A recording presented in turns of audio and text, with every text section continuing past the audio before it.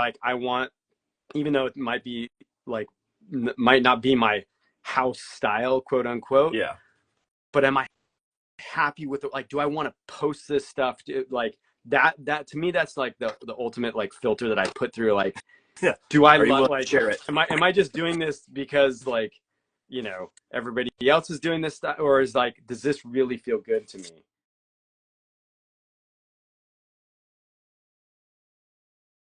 Hello.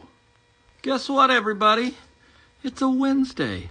And you know what a Wednesday means? It's a special Gabbing Doodle. That special Gabadoodle, is because we have a special guest on today who we wanted to make sure that we could get on, and Wednesday made more sense for them, so we're going to have them on in just a second. For anybody that doesn't know who this special guest is, we have the one, the only Pete Oswald joining us. Now, you probably know Pete Oswald. He's a #1 New York Times bestselling author and illustrator. And so he's done a variety of books. You probably know him from his Cool Bean and Big Cheese. His new ones are Cranky, that's coming out in just a bit. And then he has, obviously series that are related to some of the other books. But he's going to be on in just a second. He's going to be joining us for a conversation today. As per usual, after this, I will post all of this to YouTube. I don't know why that took me so long, but YouTube later this week. I see Corn that you wrote, "Hi Mark, I can't hear you." Check your end, because as far as I can tell, let me double check on my end. I can hear me, so it's got to be something on your side. But I'm gonna let our guest in just a second. The upcoming month, I will be announcing in a matter of probably about a week. And so you'll see who our guests are for October. And then I'm trying to think if there's any other sort of update news. I can't think I don't think there's too much. So let me see if I can get our special guest in here. Let me do a little wizardry here. Let me see. Oh, first, before I do that, I'm going to write Ask Us Anything. Now, I know that I put Ask Us Anything in here, and then sometimes I forget to actually do that.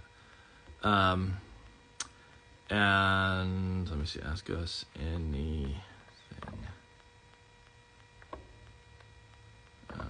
Boom, there we go. And put that in there. And then I'm going to pin that so everybody can see it all the time.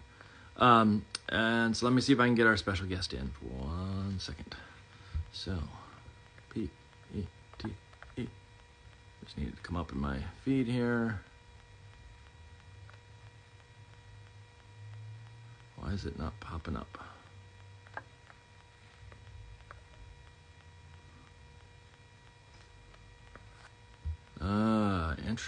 Interesting. Okay, hold on 1 second. I'm trying to manage this. Let me see. Let me try that again. I don't know if it's my search function is acting funky, but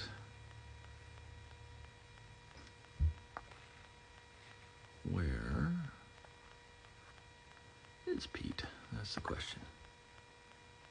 So, here's what I'm going to do. I'm going to keep trying, and hopefully Pete has joined us. I'm going to do a little quick check on something on my end, just to make sure. So, what do I want here? Hold on. I know this is probably frustrating, especially if I'm waiting for something to download on my iPad now, just so I can go check. All right, let me keep trying here. We had problems last time too with getting people on. I don't know if there's some function that's changed, but let's see.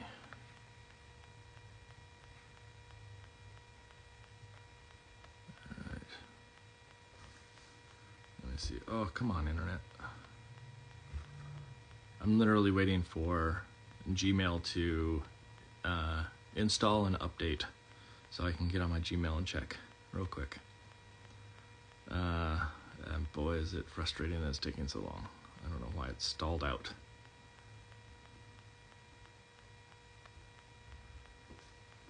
I wonder, and we'll try this a couple of different ways and see if we can get Pete on here.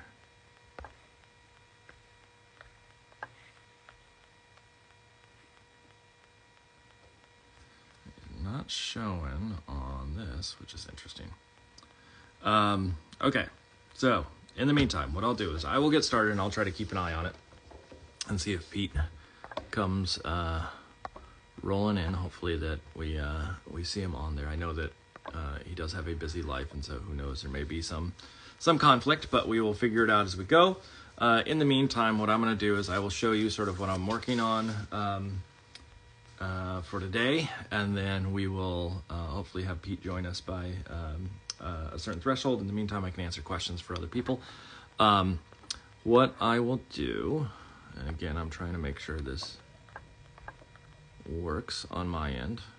Okay, all right, so here's what I'm gonna do. If my wife is watching, and my wife is away right now, but if she's watching and she sees that, or is listening and sort of figuring out that there is a challenge here, trying to get our guest on, if she could sort of work on it. I know that she is busy, but we will try to work on it on the back end as well. So in the meantime, what I'm going to do, Pete and I had talked about ahead of time working on dinosaurs, and he had asked me what my favorite dinosaur was, and I forget the name of it, but it's one that has like a weird extra thing that comes out of its head. It starts with a P. I don't remember what it is. But his was a stegosaurus, and so I was drawing lots of stegosauri, trying to figure out how to sort of play around with the shapes of the stegosauri in fun, interesting ways. And I've sort of, obviously the fun part of them is the spikes along the back, so I was trying to figure out, is there some play that I can do with those as far as like lots of trees and things in the background. This is literally what the sketch looked like originally, and sort of, you know, some flora at the bottom, and then figuring out sort of how I want to play this. But the idea of like some sort of shock and awe element, I think, using those spikes. So the spikes on one of them will be slightly different. So I need to make the piece with that. I have some colors that I've already sort of predefined. I have, over the years, I used to love really desaturated colors, but recently I've jumped into more and more saturated colors. So like today I'm going to work with fluorescent violet. I'm going to work with, now this one's just cadmium free yellow deep. This is fluorescent opera pink, which seems to be my favorite color recently. It shows up in a lot of things. I have vivid lime green. I have bright aqua green, which is blue. I don't get it why it says green. And then I'm adding in coral red with Holbein. So these other ones are Liquitex, but this is Holbein because I like that color. And then I'm going to throw in, as usual, just white and black to be able to sort of mix and add, and that's just plain old Liquitex acrylic. So what I'm going to do is, oh, there we go. Pete's here. Okay, let me let Pete in. Okay, here we go.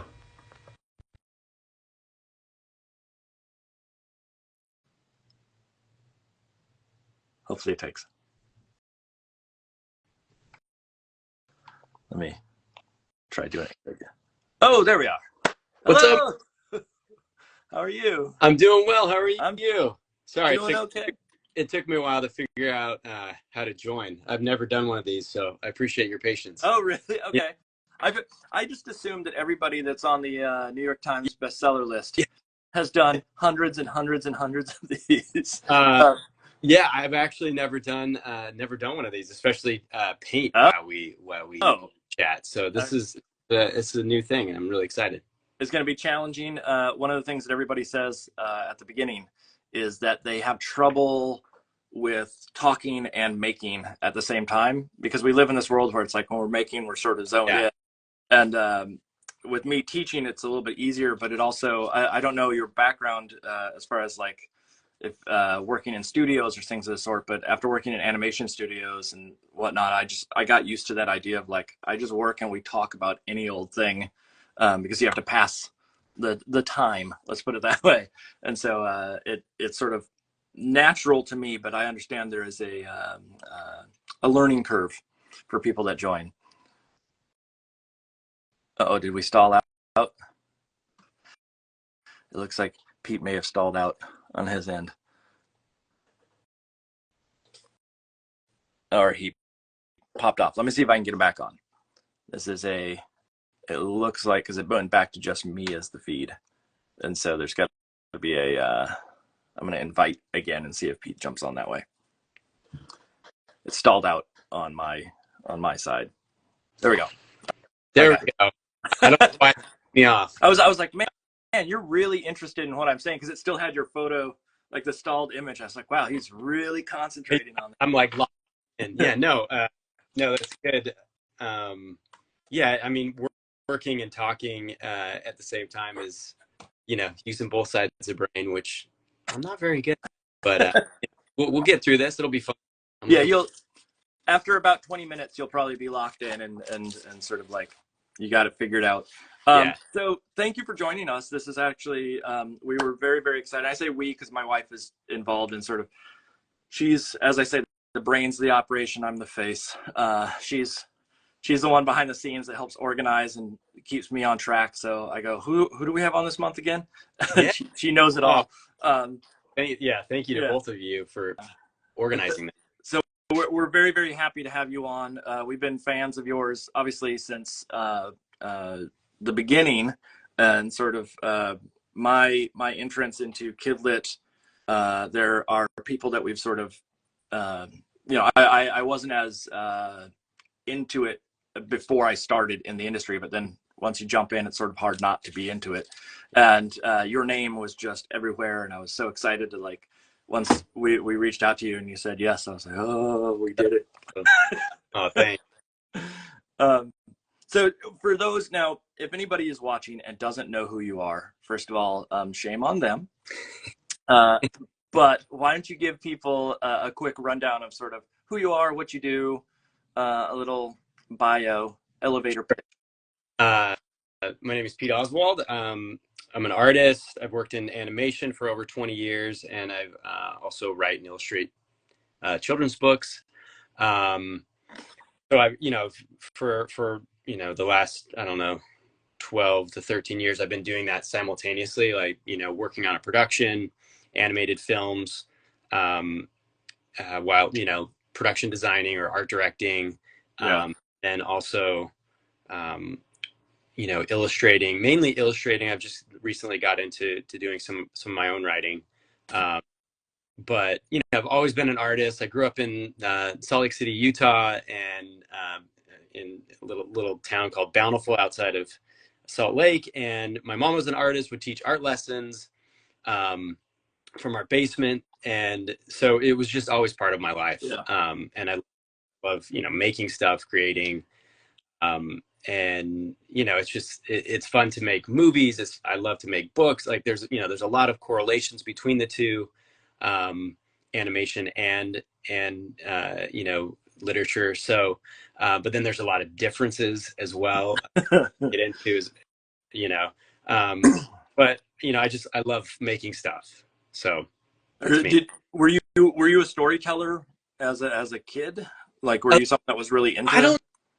I don't know if I'd call myself a storyteller. I mean, I would probably make up, big imaginative, and fake stories or whatnot. But I think I always just gravitated to drawing and painting, and that was kind of like my my comfort zone and my escape. So getting into actually telling stories and doing that, like, I think that came later, maybe in towards high school or college. And then obviously afterwards, just getting into the kid literature world, like, kind of just opened that up. It's one of those, like, I think all kids know how to tell a story, but then there's the idea of, like, understanding it as a job, is that's where, like, high school range, where all of a sudden you start to go, oh, I could actually do this. And it's not just frivolous sort of fun as a kid. I just the idea of being in the animation world or in the film world, and then also in the kidlit world, that idea of like sequential, the idea of narrative structure and all that kind of stuff comes into play. And so I know that, you know, I wrote a few, like there's friends that I have that are in the kidlit world who show me, like, when I was a little kid, I was writing stories nonstop, and here's all the books I made. And I think I had like one that I did when I was little, but just the training and being in the environment of the animation studio taught me how to like structure a story, and then, or how to structure a scene and all those things. And then that builds. And I think that's probably more in line with what a lot of kidlit folks do. So today we're going to draw, and I know that you wanted to do dinosaurs, if I remember correctly. Yeah. I mean, why not? You know, I love to draw and paint. Do you have a favorite? I mean, I asked, we sort of conversed a little bit about sort of favorite dinosaur, but were you a dinosaur kid? I would not call myself a dinosaur kid growing up. More recently, I think I have 3 kids of my own, and our youngest is 5, and, you know, we've been, you know, watching like Jurassic Park and just like getting into all that. So I think it's kind of like, you know, re-inspired that.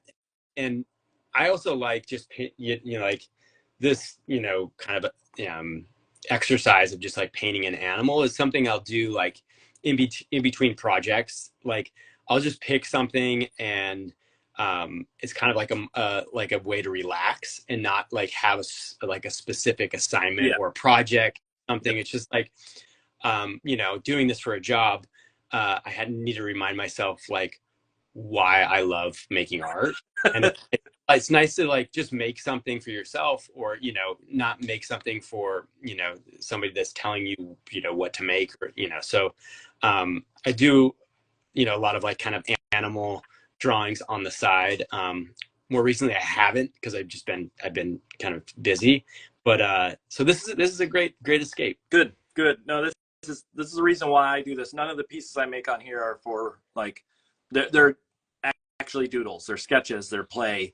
And I mean, you know this too, that there's certain limitations on what you can show of the projects you're working on until they've come out. And so there's limitations. And so you find other ways to create avenues to make. What I found interesting in what you said that I think is really like super important for people to understand is that you said that you needed the escape, or sometimes it's just you're doing work. And I think there's this impression sometimes that art is frivolous, or that it is, you know, it's all fun and games. And sometimes it is some pretty hefty work. I imagine, especially on the film side, that the late nights on that can be I mean, same thing on the kidlit side, but I know that especially when I worked in animation, there was people staying over in the studio overnight, and you know, it's not always the most glamorous. Yeah, it's, you know, everybody's like, oh, you get to like, you know, draw and paint, and, you know, that's what you do for your living, which, you know, is partly true, but the other part of it is it's a job, and it becomes, you know, you have to hit deadlines, you have to work as a team, there's a lot of notes, there's a lot of feedback there, you know, and it's kind of, you know, making that all fit together, whether, you know, you're on an animation project with, you know, overseeing an entire art department, like as a production designer, you know, like I'm in charge of the whole look of the film. So I have to be able to work with every single department, you know, that's on the film, and make sure that, you know, our original kind of mission statement follows all the way through a, you know, 3 to 4 year production. And same with the, you know, with the children's book, you start with an idea, and, you know, you get notes from the editor, from the art director, from the writer, you know, back and forth. So it, you know, it's not just like, oh, we're out here, you know, doodling, everything is perfect. So it's good to do these types of things as a, you know, kind of like a, you know, reminder, or refresh, just to remind yourself why we love art. Yeah, why we do it. Yeah. So tonight, or today, I'm so used to saying tonight. Today, what are we working with material wise? What's? I know you mentioned something about Frisket. Yeah. So I use this just original Frisket film. it's like, I think, back in they used a lot for like airbrush and that's my experience with it, is from airbrushing back in the day. Like that brings back memories seeing that package. But what I love about it is that, similar to like working in Photoshop, you can use the lasso tool and create like a really, defined shape. And then inside of it, you can get, all sorts of funniness and get the brushwork and splotches. And, like I have some sponges that I'll use, but the frisket will be like the silhouette of the dinosaur, so that line stays really nice and crisp. And then you can, go in with all sorts of different paints. Right now, I love this, gouache, acrylic. Just the colors are awesome, and the way I like the way it dries, kind of matte finish. So yeah, I'm not gonna do a background or anything. Like I'm just gonna literally just do the dinosaur. Cool. And have fun with that. When you said the frisket, there's the liquid frisket that some people use, but like the sheets of it is my high school was airbrushing. That was the thing. It was before we had computers to play around, and so it was like I got good at a dual action airbrush. And you got to make sure that thing doesn't clog up, right? Like it explodes up. And then having the getting an air compressor, or having to buy those little canisters of air, like it was a pain. But there is something I've talked to a few students actually recently that have gotten back into that as a medium, which I'm like, wow, you guys are going way back. Like that is some serious, it's not easy. Yeah. Photoshop makes it easy now, but yeah. Why don't we switch to downshoots and we can just start talking and chatting. And I have lots of questions about sort of, especially for the writing side and sort of your experience in that. But I'm gonna switch my camera. I'm gonna get going, and we'll. That sounds good. We'll chat. Let me flip mine around too. Yeah. And so I do have a feed here that I can sort of keep track of what's being said in the comments, and there is a delay on it, but so I can sort of check in. But I have noticed as you were talking at the beginning, we had lots and lots of people talking about how they are huge fans of yours, and there are comments after comments after comments that are going into that. Just sort of love you and your work. So nice. Tell me a little bit about obviously working as a art director and on the production side for film. There is that challenge of having to sort of adapt to other people's or to a group aesthetic. Let's put it that way. That it's not always your aesthetic, or it's not always your baby that you can sort of bend and twist to your will. And then you jump into kidlit, and obviously there's a you have a little bit more oversight. Is there a challenge jumping back and forth between those two industries? I think the challenge becomes I think you're always working as a team, but at a smaller scale, with, for example, I just finished on the Garfield movie and was on that for, over 4 years, which is, a crazy long time to be on one project. You're working with every department, from the producers, directors, to the story department, to editorial, and then all of the animation, lighting, texture. It is, the ultimate job where you have to understand what your goal is, and being able to adapt to those changes. And making books is the same. I think there's just, there's less people, and depending upon the project too, whether I'm, writing and illustrating, that, or if I'm just illustrating, then you're kind of going back and forth with the writer and editorial and art department. Do you feel a different pressure load on the project, just based on the fact of responsibility lies with you more so on the art side of a book project, because you're the sole, not the sole creator, but you are, you know, more involved in the creation of the imagery as a whole versus Right. big production? I think so. I mean, yeah, there's like maybe a little bit more pressure when it's just your name, right? Like, but when you're, when you are leading a team, whether I'm art directing or production designing, like, then all of that, like the whole look of the film is in your hands, So, it depends, like early in my, animation career, being like a viz dev artist or character designer and stuff, I think there's maybe a little bit less pressure, but it's all like, you just always want to do a good job and, make the original vision come through. Out of curiosity, this is probably a downer question, but it's sort of a curiosity of mine. Which one keeps you up at night more so? Both. Both. I mean, obviously there's both. a challenge to both of them, but I wonder, is there one that you find like more stressful than the other? I mean, I think they're both stressful in their own ways. It just depends on what that specific what's happening that day. What's happening that day exactly. So yeah.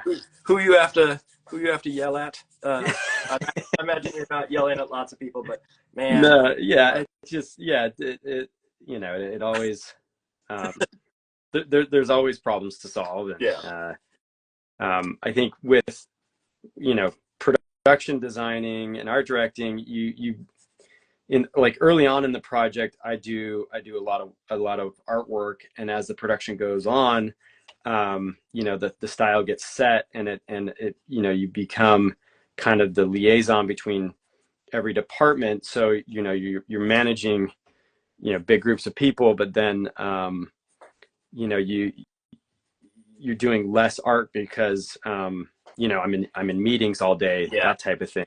Yeah. With children's books, I get to kind of like sit in my little office here in Los Angeles and put my headphones on and just kind of like work away and get lost, which I like both. I like the balance of doing both. I love working like with big teams, but I also love just like having my own time to work and not be bothered by emails and not have to answer to anything for a moment. Exactly. Yeah. Now, one of the things that I've sort of expressed on here to a lot of folks is that idea of understanding the I guess the production value, especially in kidlit, but the production value of whatever project you're working on, and understanding the workflow outside of what you do. And what I mean by that is, like, when I work on kidlit, one of the things that I try to do is be very careful about what the design team has to deal with after the fact. Right. The equivalent of, I want to make sure that I'm careful about layering and how I hand off files, or try to take some of the workload off of a designer later, so they're not going, well, I have to make all these corrections on your work. And I'm wondering, since you're in that role of sort of art directing and team production, and you get to see that other side of, the responsibility for the project as a whole, does that change your perception, or did it make you think differently about when you actually jump into kidlit and how you make your work, and sort of the I don't want to say the aftermath, that's the wrong word, but the next step down the production line? 100%. I think you're when you see the ripple effect of one idea, or it can even be down to like the organization of a Photoshop file and the layers, that somebody else is going to be opening up that file, so you want it to be organized, or it's carrying a design idea all the way through from a 2D painting to a CG film, Yeah. I think it makes you, a lot more aware of, oh, this has to go through a team, and I just can't just be making stuff up on the fly. There's got to be a reason for it, and it's either got to support the story, or it's got to help the production as a unit. Yeah, it's back in the day when I was doing animation. I think one of the first things that one of the first projects I worked on at the animation studio was doing some development for a pitch that they were doing for some studio, I forget, or some producer or whatever. And I had come from an illustration background, and my perception was, oh, cool, I can just draw characters. And I didn't think about that idea of like, oh, this is going to be handed off to someone.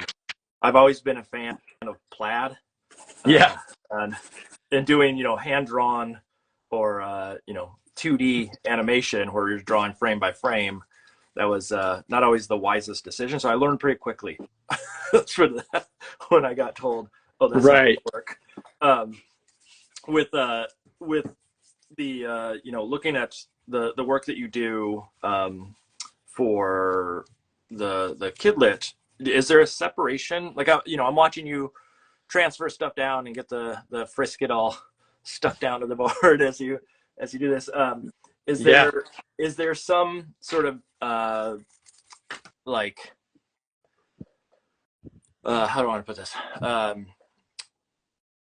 Is there some sort of approach that you have that is different in the way that you set up, the way that you plan between the two? I mean, obviously, like the idea of the production and you have to hand it off to someone else, you want to be cognizant of that as you go along. But clearly they are different projects and you have some independence in the book world. Is there a thought process that goes in differently? Like, do you walk in with a different mindset, or is it similar in your initial approach? I mean, I think it always changes depending upon the project and what that project needs. Like for I have certain like systems set if I'm making a book, or if I'm, figuring out the production design of a film. Like I have like, certain for bookmaking, like I always start, when I start my sketches, I do them on Post-it notes, like these yellow Post-it notes. Oh, really? Okay. And I do them like really, really rough, insanely like messy. They don't really make sense to anybody except for me, but I like starting with Post-it notes and a pencil, because it gets me away from the computer, and it gets me away from the undo button and all of that. Like I have to commit to an idea, and I start. And Post-it notes are great because you can draw one idea and be like, oh, you know what? Yeah. Here's the second idea. You can just. So I don't worry about making stuff pretty in the beginning. Like it's all about at each phase, from this, from the early sketch phase to finalizing the sketches. At each phase, you are elevating the project. Your ideas, you're refining it. It's such an iterative process. I think what animation probably taught me, one of the most, is like do a bunch of ideas to get to that. Don't just settle on your first idea. You may end up coming back to that first idea. That's happened before too, but like do the legwork, like see how many different possibility solutions you can find for one idea. And I think that ultimately leads to the strongest like creative ideas when you iterate and you really force yourself, and you get the feedback from others, whether it's people on the production or your editor or whatnot. I love that part of it, is like you have certain systems set, and then within that you're adjusting according to what the project needs. Yeah, there's a classic design assignment that's given out for students throughout the years. It's called the 100 Trees assignment, wherein, like, if they're building icons for an app or something of the sort, that they have to draw 100 trees, all different, all small. And, you know, it's that first 10 are like, wow, that really looks like a tree. And then eventually you get to 90 and it's these weird abstract shapes. And you're literally having to cross this threshold of legibility or understanding and create new ways of thinking about it. And so that idea of like sketching for a book or for a film is you got to get past that threshold of comfort. Yep. To an area that potentially is, you know, challenging or forces your hand. I see a couple of questions here. I want to make sure I always put it up and then I forget to ask questions. But so one of the questions here, and this is, you know, a bit of history going back for you, but how did you get your foot in the door and become a children's book illustrator? And did you have a specific portfolio? Did you reach out to different publishing companies? Was that something they came to you with? Yeah, it's a good question. I get that question asked a lot, and I think I'm one of the very, very lucky ones in that I was approached by an agent, and you know, I know it's hard to break in, and I think at the time I was, you know, working in animation, and this was like when, you know, Blogspot was really big, and I was just like, I was making a ton of stuff and posting it. I was just like, you know, creating stuff and having fun. But I think that ultimately opened the door for, you know, an agent and some editors to kind of see my work and be like, oh, you know, this guy could make children's books, because I didn't really set out to be a children's book author or illustrator. Like, I always loved children's book, and I was working in animation, and I always, you know, studied children's books and illustrators, and, like, you know, became some of my favorite artistic inspiration for my animation work, and that kind of like bled into my designs. And then you know, I was kind of just randomly like sent an email from my agent asking if I, you know, wanted to make some books. So I think in that respect, you know, was very, very fortunate and lucky that I wasn't out kind of seeking this. It found me. Yeah. But I you got to produce the work, you know. I swear that 99% of the people that I've talked to and asked that question about sort of entry into or agent relationships or those things, that 99% of them are weird happenstance. Yeah. And it's not, or like, you know, things just kind of fell together. And it's not this, I'm out on the street hunting people down. And I think it is a sort of a true acknowledgement of, if you make good work, it's that if you build it, they will come. Yeah. It's that argument of Kevin Costner, Field of Dreams. Yeah. Just that, you know, it's don't get caught up in that idea of like, I have to go and pound doors constantly. It's instead, you got to make good work and, you know, be mindful of sort of how you approach, and that sometimes hounding people is not always the best option. So many people, I've heard things where like people are on the subway and they run into someone that's an agent or a publisher, and then that starts a conversation. And, you know, it's just such weird circumstances. Yeah, the universe works in strange ways, you know. I think you're right. Like, you know, right now, you know, we live in a pretty spectacular era that we do have these platforms that you can just make stuff and put it out there, you know, for the world to see. And, you know, that also becomes super competitive that way, because there's a lot of people doing that. But it's a great way just to like make stuff and you know, let the work speak for itself. Yeah. Access doesn't mean quality. Right. Very true. The idea of like, there's a lot of stuff out there, but that doesn't mean it's all good. You know, Mark, I want to see. So I can't really. I have to like step up on my stool to see what you're doing. But I love your palette that you're working with, and This is Give me. I want to give it. Yeah, I think you're doing a dinosaur as well, I right? am. I'm doing you had mentioned a stegosaurus, so I'm making a stegosaurus piece. The problem with the way that I work, and I also think it's funny when I do these gabbing doodles, like the first hour is me just making the background in colors. So it's probably not as exciting. They're probably all watching like I can see your frisket outline of what you're doing, and Right. it's probably way more exciting than watching me scrub some colors down on No, a thing. But but I love that, and I really like your palettes on your work. I think your choice of color is really really imaginative and beautiful. thank you. I And appreciate that. that's what type of paints are you working with? So I use Holbein just like you were using there, Okay. but I also, the one that's easier for me where I live, I don't have a great art store that's within range, and I really love going and looking at colors versus just Yeah. ordering online. And so I have to go to a craft store, but they do carry Liquitex acrylic wash, Oh, which nice. has some really great colors. Like they have some bright, fun colors. They don't have the nuance that Holbein has, um, but they're slightly cheaper than Holbein, and so I can buy more or I can buy bulk Yeah. if need be. And so it's basically the same process. Like we're actually doing a similar process, and you're using Frisket.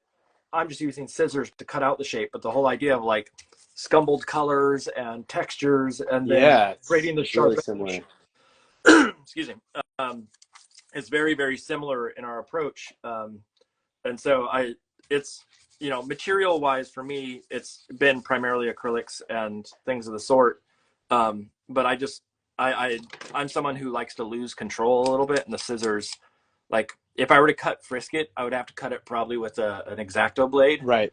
and I would get too precious, and the scissors do not allow Yeah, that yeah, it whatsoever. forces you just to be loose. Yeah, I mean, I think that's the same idea that I was talking about, like, sketching small on post-it notes, Yeah, at the beginning of a project, like it just forces you to be loose and like not get too I think that if that's anything for any artist is like don't be precious with your work. Like yeah. I have a tendency to do that. I'm constantly like checking in with myself, like, oh, am I being too like just go for it, and if you don't Well, like it, throw it away. Do another one. yeah, I was going to say, because that's a question that pops up quite frequently in here, is the idea of sort of how do you judge that line? Like when we look, I look at my work and I can say, oh, that's too much, that's too little, and it's hard to define, but there is a distinct line for me. And I'm wondering, is that something that you have in your head? Is that something that sort of happens when you're working? Like when you do throw away a post-it note, obviously there's something wrong or something about it you don't like. And is that something that's definable? I think it is only after you've explored and done like done your homework. Like I think it becomes like a gut reaction. Yeah. And it becomes this like, does it feel right? Does it make sense? I think the older I get and the more art I create, the more I realize like I need to trust myself and my intuition, as opposed to like, oh gosh, no, that's not what so and so is doing, so I have to do this or whatever. Mm-hmm. So I think it comes with time and just doing it. Like Yeah.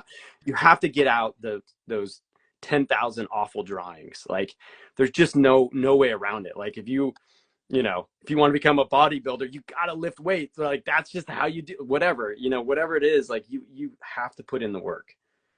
Have you done those 10,000 drawings yet, or do you feel like you No, still do? I still have awful drawings every single day. Okay. So I'm still waiting for those drawings to escape me. I was gonna say that number. I don't. That number is. I forget who made that quote originally. I want to say it was like Picasso or somebody that it was some big name that said that. But then I feel like that number. Once you hit that number, it's going to go up to the next level. It's Yeah, sort of it always elevates, right? Yeah. There's always like that's the cool thing about art is that like you can always elevate yourself and you can always improve and always get better at any point in your life. But it's knowing that and like trusting yourself with that process. Aesthetically, obviously we all change as time goes on.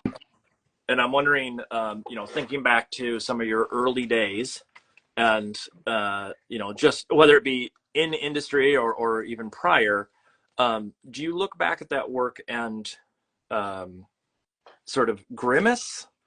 Or is it something that you look back and you sort of have a fond appreciation for because you're removed enough from it now? Yeah, I think it's both. I think you like, some pieces I'll look at, that are 15 years old or older or 20 years old. I'll be like, that is awful, but I even think that too. Like I'll make a draw, like, I'm working on some sketches for a book and I did some stuff yesterday and I looked at it this morning and I was like, nope, that's not it. That's wrong. Yeah. But then vice versa, like, I'll see a piece that I did, a while ago and be like, oh, that still works. That's still like, so I think it depends on, the piece itself and what I was doing and what I was going through at the moment. And just trying to like solve that problem or whatever, find a solution for that specific piece. So I think it just depends. I have the same thing where like I can look back and go, oof, that was a decision and it was the wrong direction, but it was a decision. But I also find that I look back and I can see the thread of not just like literally like, oh, that's collage and I like to do collage now, but I can start to say like, oh, there's some decisions in there that were like me fighting against what I'm doing now. Or like I knew what I needed to do then, and I just didn't accept it, or whatever it may be. Did you, out of curiosity, and I don't know if I even have one, but I'm wondering if you have a white whale, like the piece that you've been meaning to make for ages and you've just never been able to accomplish or to get it just right. A specific like piece of work or an idea an idea. Yeah. Nothing comes to mind. I think, like I constantly keep a sketchbook of like ideas, random stuff. It's almost like a journal. It becomes, sketches or ideas. And I always kind of keep a list. I have a list on my phone as well of like just stuff like that comes to mind. And it's weird that like, I'm the book that I'm working on right now. Unfortunately, I can't really talk about it, but the idea is something that I wrote down like years ago. Right. Yeah. Like, and I didn't really think anything of it at the time, but I like would check in every now and then and like read, go back on this list or go back on these like kind of journal entry type things. And then be like, oh, that's an idea. And then I started building from it. So it was like an idea that I came up with, but I didn't really crack it until years later. Yeah. And now I was able to, like sell a book with that idea, writing and illustrating on something that like, it was like a one-line idea that I wrote down years ago that was able to like come through. I think when you're creating things, you have to leave space. You can't like force it to come out. Yeah, you have to like let it do something and then let it go and live your life and be open to signs around you. like literally be aware of what you're going through in your life, whether it's your kids or your job or your, whatever that is. And I think that like you'll find a lot of creative solutions. Do you run into the problem that I have where it's like I had originally when I got my iPhone, the first like early on, I would write down notes of things that were good ideas. But then now I look back at them and or if I find them in an email exchange or things of the sort, they don't make any sense. 100%. It goes both ways. It'd be like, oh, that was an awful idea. Yeah. It's just like I have one I remember specifically that said like jump rope spaghetti Twizzlers. And it was a picture book idea. And I think it had something to do about like people joining together to make a jump rope because they couldn't find one and they all had to contribute or Yeah. something. That's all I can guess. But I'm sure there was much more to that than that idea. But it's like I it's probably because I was like driving and I made a quick like audio note, Right. and I didn't want to go and add much more to it. But you never know where that might, yeah, where that might go. so I might have I get it. Yeah. candy company, and they're going to make jump ropes out of candy that you can eat. The that idea of sort of understanding an idea from the beginning to the end, or I shouldn't say the end because it probably goes beyond that, but seeing something through from beginning to end, is that something that has been a challenge for you in your artistic career? Yeah, for sure. I mean, you start with one idea and then it ends with, a lot of times it ends with something totally different. Yeah. Which I think is just part of that part of the creative process. But I think that's one of the biggest reasons why I do what why I'm in this, why I like to make things, because I love that process of like figuring that out. And it's very, very, very rewarding to have a final product, like to say like, here's a painting that whatever, like to me, that is very satisfying. That you can pinpoint exactly where it came from and how it evolved and how it evolved. Yeah. With out of curiosity, and speaking about the evolution of a project, and you talked about the Post-it notes. Do you keep a lot of those? Like, do you have? I used to, recently I've been like just putting them in a binder and keeping them. Yeah. So I do save a couple of them every now and then when I'm like cleaning out my office. I'll just be like, all right, these are gone, but I'll take photos of them or whatever. So again, I try not to be too precious with that stuff. Like, I want to save everything, but then I also don't, so it's like, just let it go. Have you ever participated in an art bonfire? No. What is that? Where people bring a piece of artwork that they made that they don't like. Oh yeah. And just burn, and just like, I've never done that, but I've done certain, like a similar way where I just throw it in the trash can, like just get rid of it. And it is freeing. And it's like, it's not about the actual end product. It's about the, it's about the process, the journey of going through and creating that piece of work. And then you just throw it away.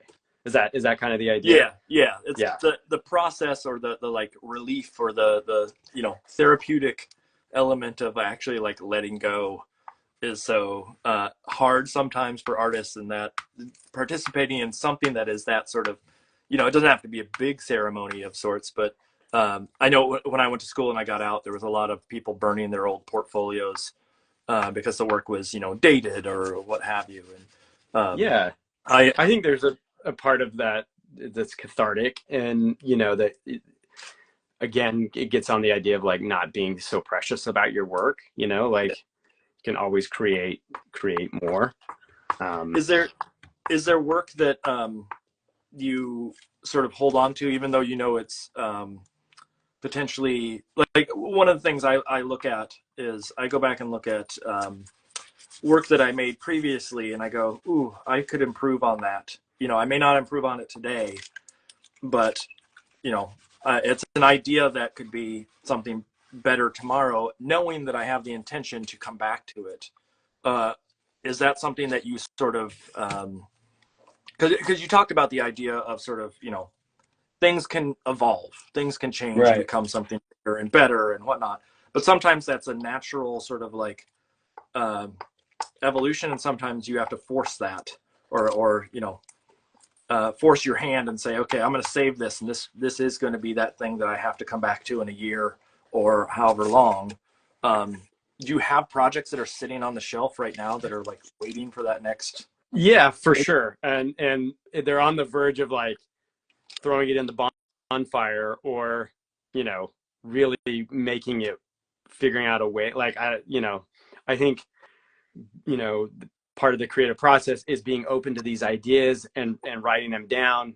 Some may make it through while some may not, so I think like only time will tell, like, oh, that was a really good idea. And you never know, that licorice jump rope idea may be, you know, the next big thing, you know, like you just never know.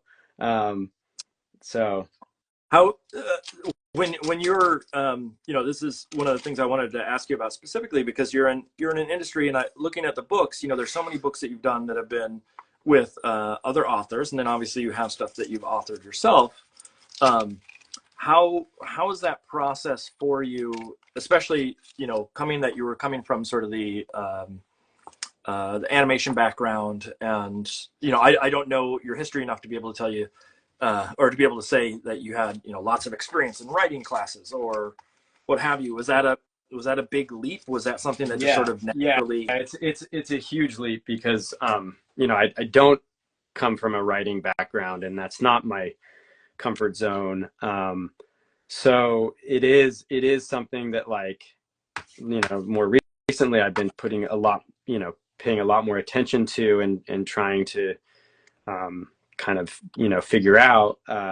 So like, you know, for example, my book Hike, that I wrote and illustrated, it's, by the way, when I say you know, I wrote it, it's a wordless picture book, but you know, I had to come up with the story and do all that. So I was like using both sides of my brain, which was really, it was a new process to me. It was the first time I had ever done that. And it was, but at the end, it was really, really gratifying. And, you know, just going through that process, you know, I think you start thinking about your illustrations differently when you are writing them yourselves, and vice versa. If you're writing the words, you start, oh, okay, I think I could, you know, pair this imagery with this line, you know, from the manuscript. Yeah. That idea. When you wrote the wordless, this has always been fascinating to me, because I know people that do that. I've seen it many a times, but to me it feels so foreign to, like, how do you did you lay out all the descriptions of what was going to happen? Did it, like, how did you map that out? Because like a manuscript with dialogue, or with, you know, a narrator, there's this idea of like show it, don't say it. Right. And then all of a sudden you have this thing where it's don't say anything, show it all. And yeah. How do you pitch that? How do you get that to your publisher? It ended up being more like a storyboard, okay. You know, for an animated, you know, film. And I use my kind of skills that I had learned through animation and storytelling to, you know, visually tell a story, you know, enough for an editor to be like, I get what you want here. Yeah. Let's do this, you know? Yeah. So, yeah, it becomes a lot of, like, you know, showing it, like you said, and not saying it. Yeah. You didn't put a lot of word on paper. Yeah. Gotcha. It's one of those things where it's like, I'm someone who my agent always says, you know, ooh, there's a lot of words. Or as right. I'm a talker, and I tend to go a little bit above and beyond when writing, and have to edit a lot. And so that idea of editing to nothing is daunting or scary to me. And so I still haven't wrapped my head around how I would even approach such a thing. So going, I want to talk a little bit about sort of aesthetic and the dreaded word style. And knowing that you're in the world of film and animation, and obviously there's this, like, you have to adapt to various projects. Yep. You can't always do exactly what's in your head. You have to find ways to make it work for everybody. And then you have your books, and there's books that other people have authored. And so there's a vibe that comes with it that you sort of adapt your style or push your style with. And then there's books that you do yourself. And I'm wondering, how do you sort of manage or think about your aesthetic and the consistency or inconsistency, or, you know, how do you pick what it's going to look like, basically? I think the word style comes with a lot of, you know, different ideas. I think as an artist, you need to be able to have many different types of styles, because the story is going to predict your style, right? Like whether it's a picture book or it's a film. I think that like you have to let the story lead your kind of design idea, and have it related that way. Otherwise it feels very disjointed. And you know, as an artist, especially working in animation and in picture books, but in animation, every project is very, very different, right? Yep. So, you know, like I worked on Madagascar to, you know, to Hotel Transylvania, to Cloudy with a Chance of Meatballs, to Paranorman, you know, to the Angry Birds franchise and Garfield, you know, so they're all like really, really unique properties and ideas, which therefore call for a unique stylization. Yeah, that's it's one of those things where I know that I battle on a regular basis about sort of not necessarily style but consistency, and how do I maintain from project to project or piece to piece some sort of marker that says, hey, this is my work. Yeah. And you know, and I know there's artists out there, like we had Shawn Harris on at one point, and he was talking about sort of that idea of like aesthetic, and if you look at his books, they're all sort of strangely different. Yeah, there is a consistency in his inconsistency, and like, you know, an art director knows what they're getting from him, even though they may not know what the aesthetic is going to be. They know that they're going to get something that's well thought out and put together. I'm someone, and I don't know if you have the same problem, but I look at my work and I see lots of inconsistency. Right. I mean, because you like you have the eye, you know, yes, like, you know, your own work. Yeah. But I think it's like finding solutions like within your work that like, okay, this is the way I look at it is like, I'm going to do my version of whatever the project calls for, whether it's like, you know, more cartoony, then I'm going to do my version of that. Or if it's more realistic, or if it's, you know, more graphic, I'm always trying to put it through the filter of myself. And is it something that I'm happy about? Like at the end of the day, like I want, even though it might be like, might not be my house style, quote unquote. Yeah. But am I happy with it? Like, do I want to post this stuff? Like that to me, that's like the ultimate like filter that I put through. Like, yeah. Do I like share it? Am I just doing this because like, you know, everybody else is doing this stuff, or is like, does this really feel good to me? Which is, it's a tough thing to learn and to constantly navigate as an artist. Well, one of the things I was looking through the books earlier before we started again, just to sort of refresh my memory, and you know, one of the things that people know you for is obviously like the Cool Bean and I can't think of all the big cheese. Yeah, the food group. Yeah, the food. Group, and then seeing something like Hike. And one of the things that I thought was really nice about Hike is sort of some of the shape design and language that's in there. That's, you know, it's got a different vibe. Yeah. Obviously, some of the more sort of humorous and silly stuff. And there are inklings of like some of the eyes and some of those moments, but like there's such a like quietness to it, and a I mean, not just because there's no words. Sure. Yeah. No. But like, that's exactly right. I think there's like, you know, the tone of it is very different. You know, while this is drying, I'll grab a couple examples to talk about.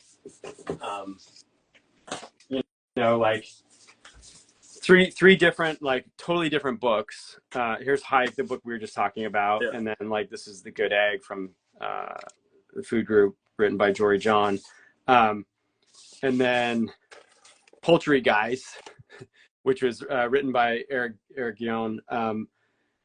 They're all very different styles, right? And they're all like, but I think I tried to keep like some of the same ideas, you know, like this Poultrygeist is all like, it's all set in a black background. So everything is dark and the color palette is different.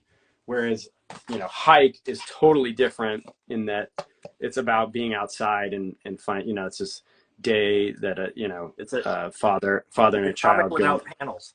Yeah. That's a, yeah.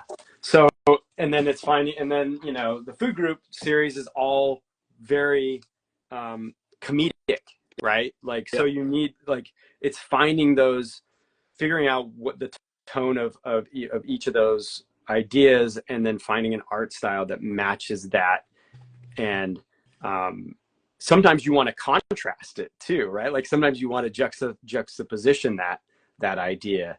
But, you know, kind of figuring out those themes so that you know, all your books don't look the same, which I think you do a great job too, is like finding unique palettes, finding unique shape language on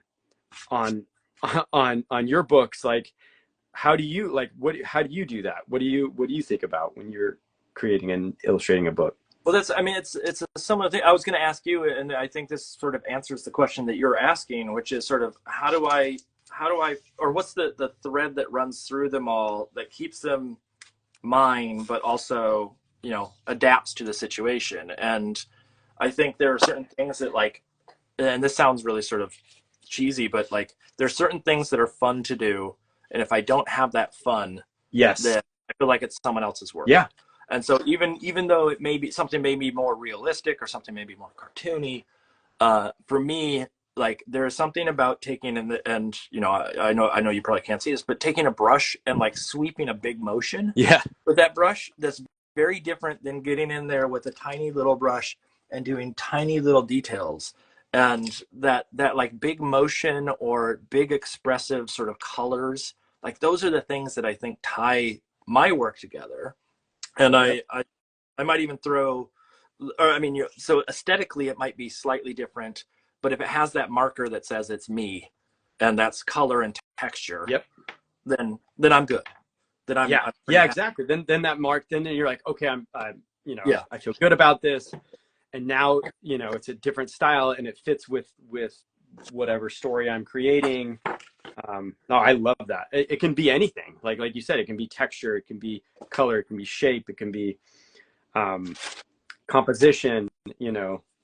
And that's sort of, I was wondering if there is something that like you look at in your work that you go, oh, that is the thing that it needs, or makes it, what do I want to say, like justifiable in your mind that this is the aesthetic that you go with. Are there like, you know, certain palettes or textures? Yeah, I think maybe even the idea of like strong silhouettes, like what I'm doing right here with this frisket, like I'm getting this kind of crazy, you know, energetic, trying to create some energy with the brush strokes within a defined, you know, silhouette. So when I take off this frisket, when I reveal that, then you'll see, you know, this energy contained in this really graphic silhouette. Yeah. Is there I mean, talking about that idea of like the edge in particular, is there an edge that how do I put this that make it so it doesn't sound so weird? Is there an edge that you love? That's probably the weirdest way I can ask it, in the sense of like we all have a color that we love or that we gravitate towards. You know, there's the classic kid, what's your favorite color? And they're green or whatever. Right. And I'm wondering, is there like, for me, the edge that I love is irregular. Like I don't want to do a perfect circle. I don't love really smooth lines. I like the lines to be sort of angular or awkward. And I'm wondering, like, when you make that silhouette, because the silhouette is hugely important in the way that you're playing with that. And I'm wondering, is there like something that is like, oh, it needs to have this, otherwise it's a failure? I think it needs to feel handmade, you know, which ultimately you're going to get no matter what when you're creating a physical paint, you know, with art. Like I want it to feel handmade, and that's what I try to do because I end up, you know, doing a lot of my finished illustration work in the computer. I scan in textures and I create all these analog, you know, using analog ideas and techniques, and then I kind of compose them in the computer. And I always want, like, I always go back, like, does this feel handmade? Does this feel like a human made it and not a computer, you know?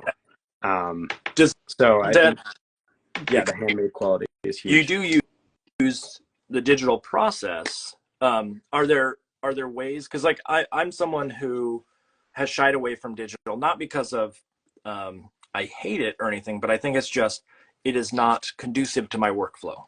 Right. And I'm wondering, one of the things that I've realized over time is I can use digital, but I need to use it in a very specific way for it to be manageable on my end. And I'm wondering, because obviously you're bringing in textures, you're playing with digital, and I look, you know, looking at the book, some of them say that they're, you know, if it does say it all, it'll say, you know, gouache and digital. And one of them, I forget which book it was, actually said that you scanned in gouache, which I've never seen someone say, like, the process. Right. Which I think is fascinating. This like, and in Europe they don't even put half that stuff in. But that idea of what kind of, you know, when you're doing digital work, is there a rule of how much or a way that you have to operate to give it something that has that handmade feel? Like, you know, I'll adjust colors, I'll tweak little things like that, but if I have to move major things around, I go back and make the piece again. Yeah, I think it becomes it just becomes another tool. And I think with the working in animation as kind of being my, like, backdrop, and using, you know, Photoshop as a tool, like, we, you know, for production in animation, you have to come up with ideas really fast and then be able to change them very quickly based on notes, feedback that you get back from the director or whatever that is. So that kind of worked into my workflow, you know, of creating children's books. And you know, and I tried to always marry that with the idea that, like, keeping it handmade, because there's nothing to me, like, more connecting to an artist was, like, when you see the human, when you're like, okay, I know that's a, you know, a Picasso drawing or whatever that is, you know. So I like having that characteristic and that human touch come through is really important. Do you, you know, we talked about that idea of everything has value, even the mistakes, kind of thing. And I'm wondering, I'm someone who has over time realized that my favorite artworks that I've made have all been mistakes. Yeah. Or I live in that world of, like, ooh, that was the wrong choice, and now I got to figure out how to deal with it. Yeah. You know, like, especially as I'm cutting paper here to stick down, there are times where I cut too much, and then I'm like, oh no, I you know, I don't have that scrap of color anymore because I cut too much away, or what have you. And I'm wondering, is there certain mistakes or things along the way that you have learned that have somehow influenced your aesthetic going forward? I think it's, like, embracing that stuff, which is, again, part of the whole idea of, like, not being precious, letting go. It's a really hard thing to incorporate. And, you know, like, the simple thing like this, you know, paint texture, which is, like, I didn't mean for this, like, kind of that area to get all textured, but now I kind of like it. Yeah. And, you know, I'm going to try to, like, highlight that, you know, like, that wasn't part of when I set out to paint this. Like, I didn't know, you know, and I still don't kind of know the palette. I'm just kind of figuring it out. I've got, you know, a page of, like, reference, you know, that I printed out that I'm kind of looking at. But yeah, I think it's embracing that stuff. And like you said, like, making those happy accidents work for you. To me, that's where, like, you know, I look at people's work. You know, I was talking with a student about Christopher Denise's Night Owl recently. It's a great book. Yeah, fabulous book. And you know, I know Chris, and we've talked about sort of aesthetic and things in the past. But one of the things that really caught me off guard was I look at that work, and I know there's moments in there that he, you know, he looks at and goes, "Oh, that's you know, not what I intended," or that line got away from me. And I look at that, and I think I used to look for like mistakes and things because of sort of critique. And then now I'm gotten to the point where I'm starting to transition into, I'm looking for the mistakes because those are the moments that do show that, you know, human element, or show the like the willingness of the participant to let things go. Yeah. And that's like huge and exciting, and I think makes me more excited about their work when I can go, oh, they're not a robot, and Right. they have, you know, they're not perfect. And like Christopher Denise made a magical book, but I know that like there are moments in there that are probably not what he intended, or what other people want to see, or, you know, there's all sorts of ways to play that. But tell me a little bit about sort of how you, because I know we've talked a lot about sort of creativity and making and all the things that come along with that, but I'm wondering, how do you find time, which this is probably the toughest question of them all. How do you find time to do what you do? Because I know there's a lot of projects and things that are on your plate constantly, and managing that and being involved in so many different variables, there has to be some level of management or challenge to deal with scheduling, to deal with, you know, jumping from project to project. For sure. I think time management becomes huge, you know, and it's something that I am always, you know, kind of working on. And I think it's something that I've gotten better as you know, the more projects and the more work I do, especially having kids and working from home. Like my little office is literally in between our, you know, the bedroom, my two boys on one side, and then the oldest one on the other side. So there's a lot of starts and stops. Yeah. You know, so I think that's probably the biggest thing that I've, you know, trying to work through, is just starting something and then leaving it and coming back to it. Whereas when I was younger in my career, when I didn't have a family and didn't have as many responsibilities, I could sit for hours, you know, and not be interrupted and not do that, you know. Like Mark, I know you have a son too, right? Yeah. Yep.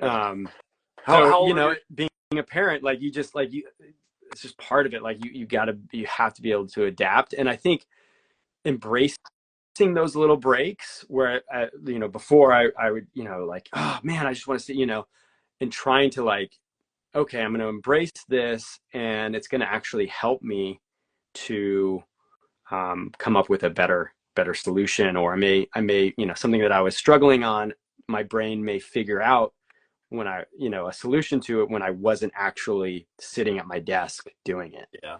How old are your kids, out of curiosity? Yeah, that's 5. We have 3 boys, so 5, 11, and 12. 5, 11, and 12. Okay. Yeah, we have an 11-year-old right now. All right. So we're that same, like, right in the same middle school ballpark. Yeah. And you know that there is a transition, and you know this probably more than I do at this point, but a transition that happens from, like, they start to have that independence, but they also sort of separate. Like, you know, my kid early on was very much into like the project that I was working on, and because I was in his ballpark, it was 100%. Like, yeah. And now it's you know, I'm doing something that is you know, he's into something much cooler and more exciting. Older, like for the older kids. Yeah. No, I mean that's the reason why we had a third kid. No, I'm kidding. That was the only reason why, to help me to stay relevant for a few years. No, but it's funny, like how, as they, evolve and get older, so do that, like, I'll still have them pop in and they'll be like, what are you working on? And then, but the little ones, like in the zone of a lot of these books, which is cool. Like I'm working on a book that has to do with kindergarten, and he just started kindergarten this year. And it was like this really kind of magical moment where, like, what I was working on and what I was kind of creating and trying to figure out was happening in my life, Yeah. so you get that relative quality. And I think those are the times when, like, creativity really reflects, your life. And I think the more what I'm learning, like, the more I can make those connections to, like, what's actually happening in my life, with my work, makes the work stronger. Like, you feel the emotion behind it. Yeah. I mean, the one of the things that I cherish about my start was some of the early books were sort of communal in a way. Like, it wasn't just me that was creating, it was the family that was creating. And they probably should get more credit on the books than right, given. Their name should be on the front too. But just that idea of, like, the conversations we had and the the experiences of seeing someone grow up makes you think.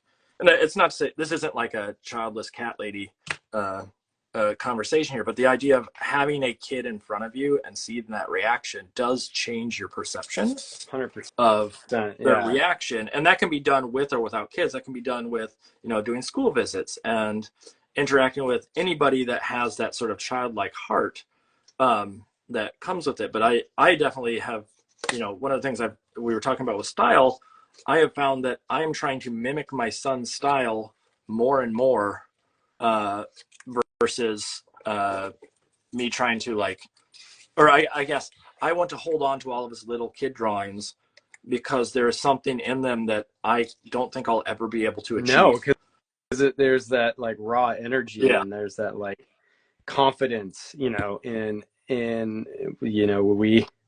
we get so precious with our stuff. I love that. I think that's so good to hold on to those ideas, and that artwork, that the kids' artwork is, it's the best. Have you seen those memes of or those videos of couples painting portraits of each other? I don't think I have, no. It's a thing out there where it's like a couple's date night and they sit around and paint each other, and it's the first one they show is always like, you would paint your partner, and the first one they always show is this, like, somewhat decent, or someone's really trying, and then they show the second one and it's horrific, and it's someone who doesn't know how to paint or doesn't understand art or what have you. And I look at those, and every single time I love the second one better, right? Because it is like there's no sense of right and wrong. There is, I mean, obviously it's like people are laughing about it because it doesn't look like the person, or it's grotesque. Right, but it's the best. Yeah. But I'm like, there's something so good about all of those that I wish I could sort of go back to that bottle era. up. Yeah. There's that. Yeah, I agree. Is there? Do you have a lot of your childhood drawings? I don't. My mom had recently sent some to me. I used to just, like, I was super into sports growing up, and Michael Jordan specifically. So I had, like, my whole room was, like, filled with Michael Jordan drawings. And she recently sent me some of those, which is kind of cool. Wait, you were, I'm trying to think, what era, were you a kid when Michael Jordan was? Yeah. Like, oh yeah. Like that was everything. Yeah. If you don't mind me asking, what age are you? I'm 44. Okay. So we're about the same ballpark. I'm 40. What am I? 46. I had to think for a second. I know, right? And so, like, yeah, it was as when we were, like, middle school, that was like, or even elementary school, that was prime Michael Jordan era. Oh, 100%. Yeah. Now, you grew up in Utah, you said, right? Yeah. And so you didn't have a sports team to begin with. Well, Utah Jazz for sure. Oh, that's but true. Then, I was, it was all, if it wasn't the Jazz, then it was definitely Michael Jordan, I could go back and say, yeah, you didn't have a sports team. No, like some dig. Yeah, I like that. I like that. We never won a championship. Hey, I grew up in Minnesota. All we had was basically hockey, and we had the Vikings, but they never made it to the Super Bowl, or they never won, and it was always disappointment after disappointment. What was there something? Because I've talked to quite a few people that are out in Utah. I don't, and I've never been, so bear with me. But it's fascinating to me how many illustrators are out there. I know Brigham Young has a really good illustration program, and so there's probably some relationship there. But like Leo Espinosa's out there. There's just not a handful. There's lots of people out there. I'm wondering, was there something special about that place that like? Oh, that's a really good question. I mean, I moved out of Utah when I was 18 to come to school out in Los Angeles. So I never went back.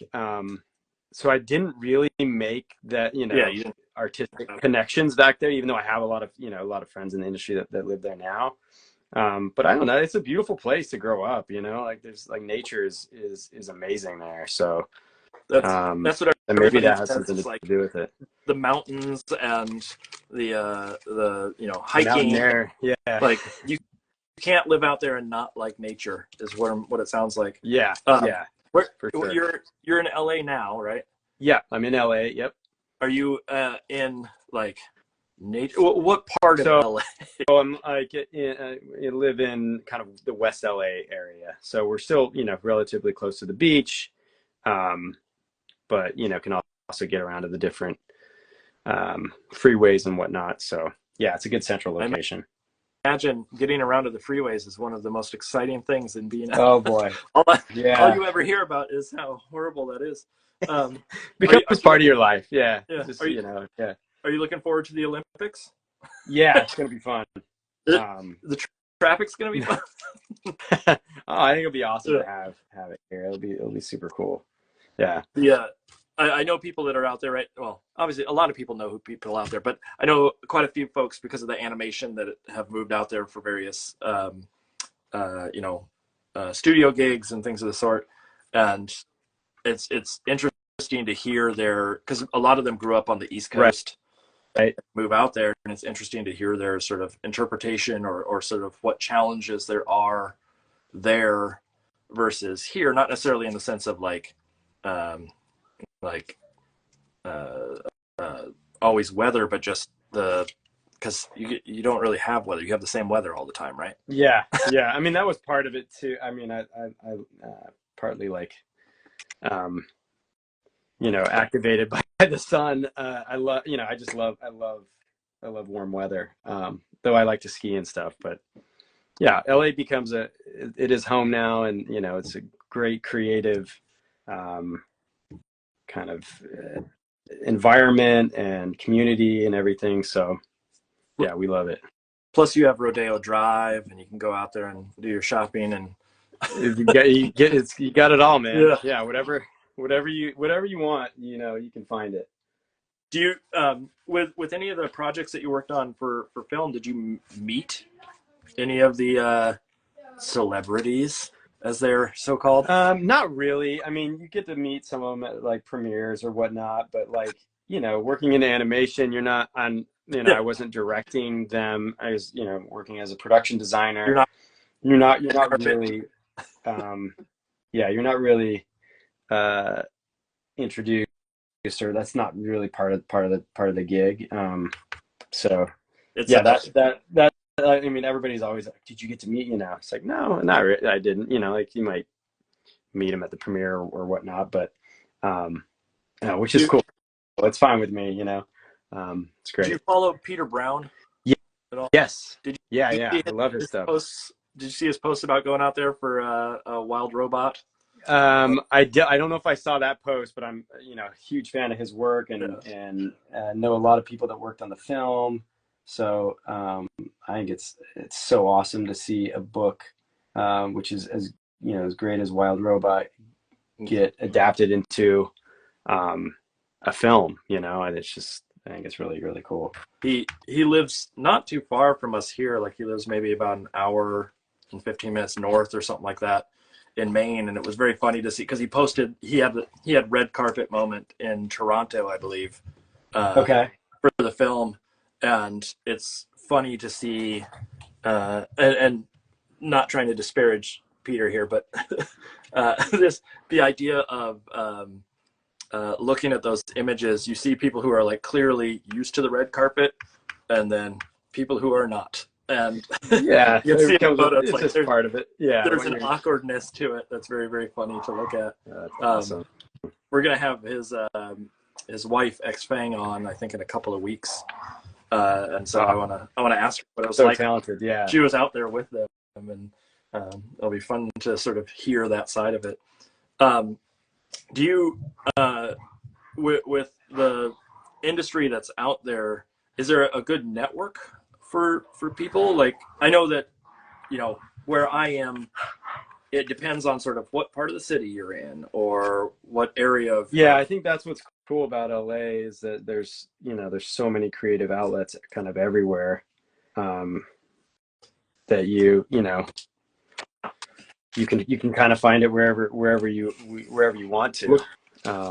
Look to the left and you'll see someone, look to the right and you'll see someone. Right, exactly.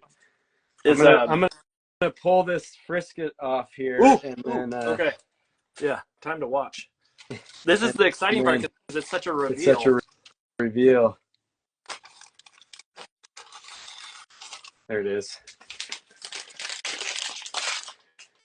Parasaurolophus. That's for you, Mark. You inspired this. I love that you chose this. I want dinosaurs that are kind of awkward, like that one that looks like it has a bald cap on. I don't remember what that one is. Right, these ones are cool. Yeah, these ones have almost like a duck. Yeah. Bill to them, a duck bill, and they apparently that's for sound, so they can make crazy sound of some sort, and that's right up my wheelhouse of those kind of strange dinosaurs. Now, I do love a T-Rex and I do love the standards, but that kind of stuff is fascinating to me. It is awesome to see. I didn't realize that you had put little spines on the back until you peeled that up. Yeah, just little they're like stripes, And the couple colored ones that I've seen have this blue. I just love that pop of blue that was kind of came out of nowhere, Super fun. It's artist tape blue. At least on my screen, it's that specific blue. Yeah, right. Is there? Can you tell me a little quick bit about sort of your process bringing them in digitally when you do make these textures? I mean, obviously scanning and bringing them into the computer, but I'm wondering, one of the things that always perplexes me is when someone does watercolor, do they get rid of the excess watercolor paper and bring it to a white page, or do they, let the white of the page actually be the watercolor paper itself? And I'm wondering how you deal with texture and edge and those kinds of things if you're transferring from traditional materials or analog to digital. I'll do both. I'll scan in watercolor textures and the whole kind of composition. Yeah. But then I'll also scan in little brush marks that I will create specialized Photoshop brushes. Oh, okay. So that you're creating this digital brush that's based on this analog mark that you made on paper or wherever, so it's kind of a mixture of both. Yeah, that idea of it's not or you are manipulating the digital so it doesn't feel so applied of some sort. It's one of those things where I have found that I've started doing these just textured backgrounds, not because of solely because I like the textured background, but I always have that hard time of trying to figure out what should be white of the page with is cut paper, and that transition from one area to the next. And if it's too harsh or it feels too artificial, is always challenging to me. So creating these sort of lightly textured backgrounds are my solution, but I know it's not always the perfect solution for every project. I love that. I love how, so you did you just make a bunch of swatches and now you're cutting out the shapes, Yeah. right? Yeah. So I mean, you can see my sketches. My sketches are bigger than Post-it notes, but they are nothing. They are like Yeah, I love really that. dumb. Like I try to, because I know an actual shape of a That's a great stegosaurus. drawing. Like That's a super cool drawing. your Yeah. or your I can't even say it. The dinosaur I told you. Parasaurolophus. Yeah. Parasaurolophus. That idea of like the bulk is forward and the tail is really high up, and I know that's how a stegosaurus works. But I also know that like I try to force my hand into some weird shapes, and then when I start to cut, my favorite thing in the world is to not go by the sketch, and like just sort of Oh, that's cool. figure it out as you go along. And so these like it's cutting and miscutting, and we went to a Beatrice, not Beatrice Alameda.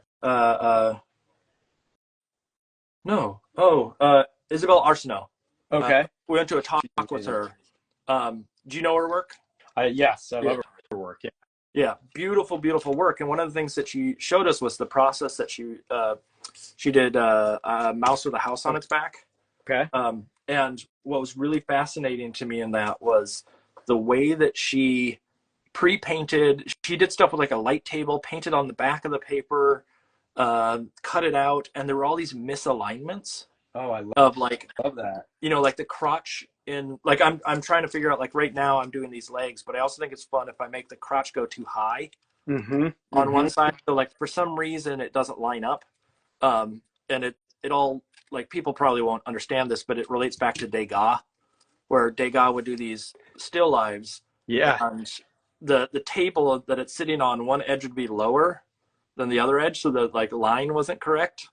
And to me, that's like the beauty of those landscape or those still lives. And so like that's where I get in with the scissors, and I'm like, I don't want that perfect edge. I don't want a perfect circle.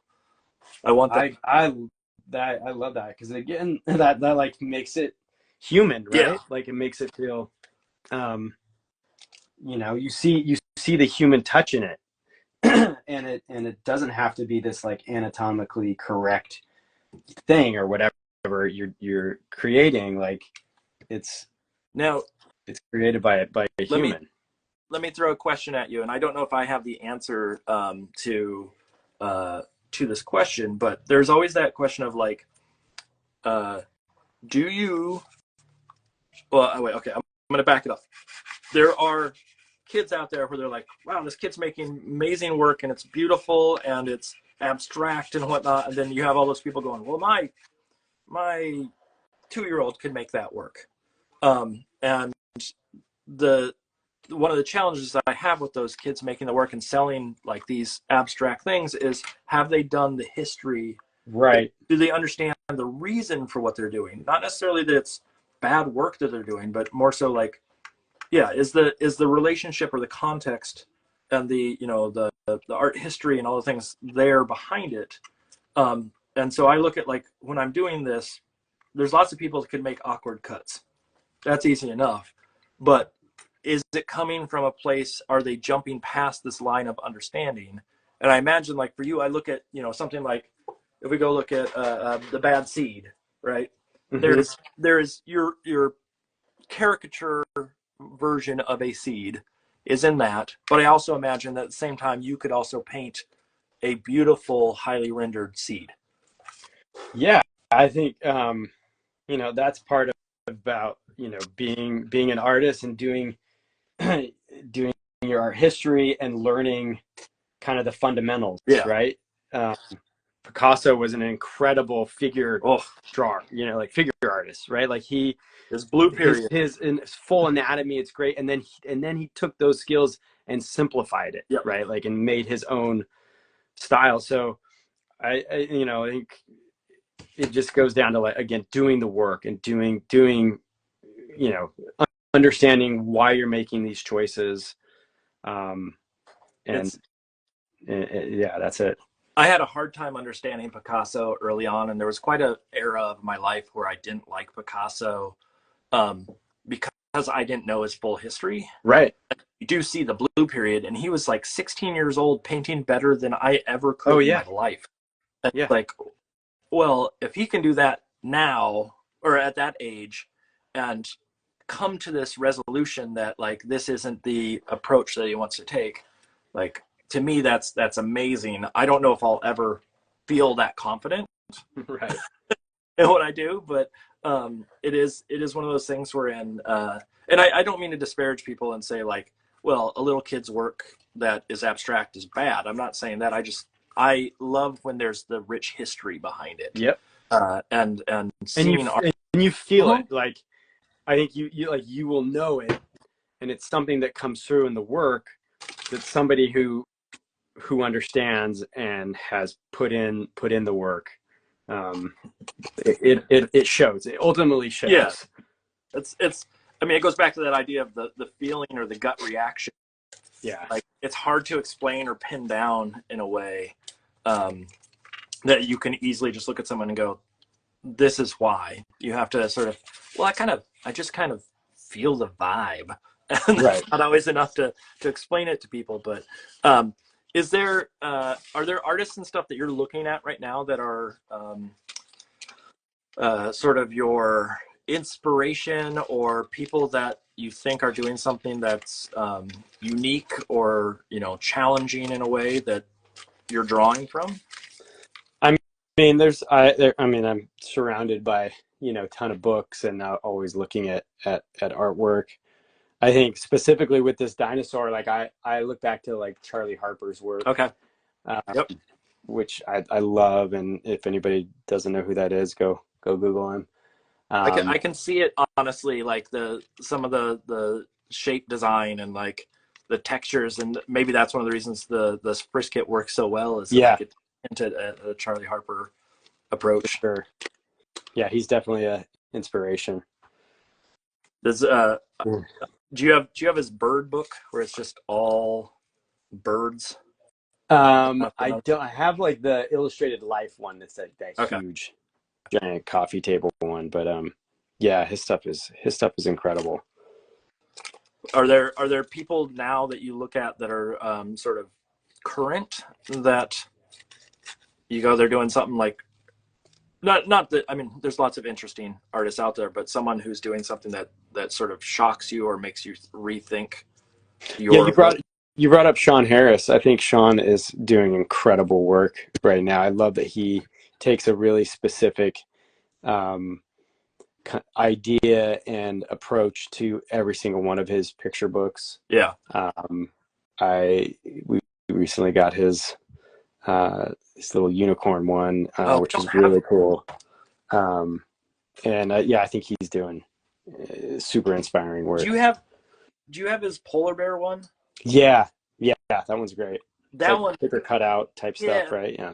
And like the torn like footprints in the snow on the back and stuff, like beautiful. So smart. And those things, like that's the thing that gets me now is like there's plenty of beautiful books, but when someone does something that is absolutely smart in there, it's like just stops me for a moment and makes me go, ooh, I need to rethink my whole approach. Yeah. How are you at a point in your career wherein you feel comfortable sort of talking to publishers or approaching book projects and going, I want to try this wild thing, or I want to try an approach that I haven't done before?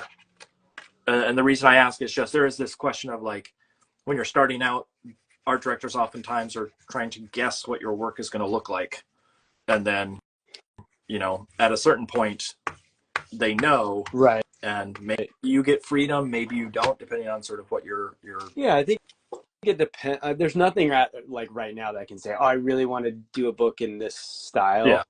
I think, there's a lot of things that I want to try or incorporate. But the project kind of has to depict that.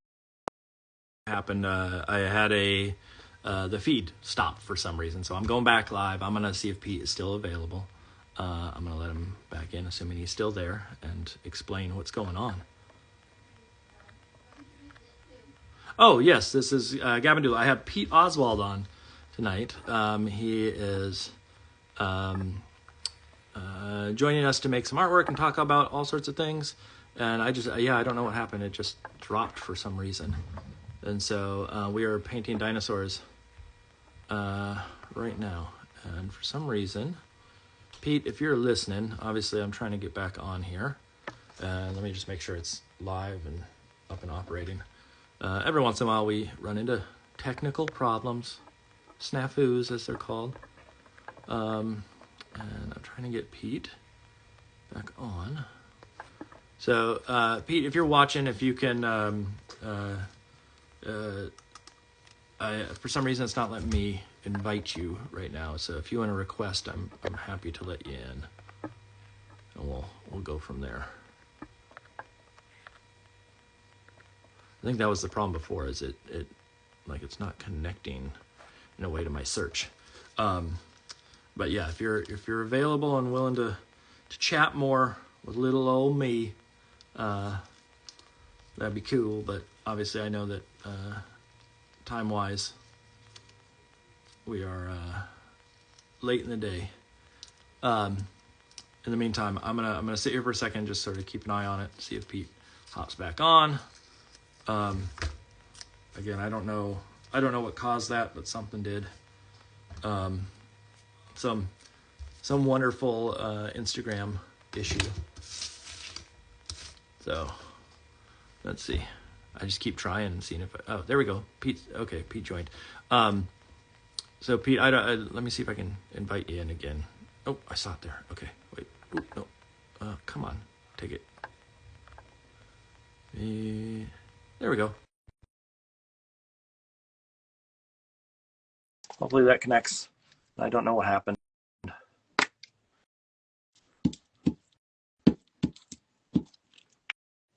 There we Hey, go. Mark. Okay. Technical issues. Oh, it's all good. Actually, kind of timely. I need to wrap up, but yeah, I didn't know if there's any other questions, or if there's any other things that you want to before I Touch talk base about. on? No, Yeah. I know that you were getting to a point where I don't want to keep you if you have stuff to do. I don't know what happened there, but Oh, all good. Just ended. It wasn't me turning it off. No. That's the way I subtly try to force people out. Just hit that button. There is, I see. Wait, someone. Oh, someone has a question real quick. We can see stop motion fan artist. I know that they were on the last thing, and I don't know if they have it, but if they can post it real quick, because I don't want to keep you too long. But I do, as we're waiting. Oh, here we go. I found this piece of concept art in Norman's house being struck by lightning. Has me super curious. Was that Aggie trying to hurt Norman's family? Mm-hmm. That's a really good question. I actually don't know the history behind the image in the house. That might be a little Easter egg that I don't know about. I don't know. Good eye. Yeah, that's you don't know every detail of every film. I will state it is a great honor to have you on and to have you joining us today. And I am humbled. Let's put it that way. Humbled that you agreed. I always like the people that I get to talk to on here. I'm just a little old nobody that started this thing, and all of a sudden I've talked to folks that are heroes, and so I'm greatly honored by this. So. No, I'm very honored that you asked me, and thanks for having me be a part of this. I've never did, like I said, this is my first time kind of being live and doing something like this. So I appreciate it, Mark, and yeah, it was fun. Okay, well, yeah, thanks for the inspiration. Go. Yeah, we can do a trade later if you want. That's right. Yeah. But go tend to the kids. Thanks, well, they're probably still in school right now, right? Yeah. Yeah, but we gotta go. All right. So go have a lovely day. Again, I really appreciate it, and I will be in touch. All right. Thanks, Mark. All right. Take care. Thank you. Bye. Yeah. So, stop motion fan artists. I'm going to, just so everybody knows, I will post this. Part 1 is going up now, so you can go back and watch. part 2, which is I'm going to continue here until I'm done with this piece, is going to go for another, it's almost 4, so probably about another hour and a half, somewhere in that range is my hope. It might go for 2 hours. And then I will post the whole thing together as a YouTube, on my YouTube channel, which is Studio Hoffman. It's 2 F's, 2 N's in Hoffman. And you can go back and watch all of the previous ones in the last, I don't know, I'm going to say 6 months. We've been it will stay on Instagram. It will stay on Instagram on my feed, but there are a lot of old ones that we put up on YouTube, and from a certain point, and then there's older ones, even older ones that are still on my feed. If you go back down, they have a different aesthetic to their ads because it was so old, because I've been doing this for how long have I been doing this, Lauren? 2.5 years? Yeah, like 2.5 years, almost every week. So there's lots of them for you to go back. Yeah, we're past 100. I'm guessing we're probably at about 115, somewhere in that range of these. And a lot of them are 4 hours. Some of them are a little bit more. And we have guests from all over Kidlit that have joined us. So if you want, go back, watch those. I'm going to flip to my downshoot, and I'm going to keep working on these Stegosauri. I don't know if that's how you say it. Stegosauruses. Stegosaurus. So let me switch my camera. And you can see a little hint of what I'm working on for the next book that I'm doing.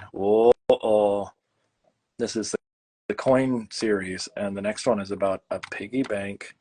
And so that's the project I'm working on in the background. I can't share too much, but you can see that little thing up on the wall that hints at what I'm doing. So what I'm going to do is I'm going to put in the comments here, ask us anything, or ask me anything, actually, at this point.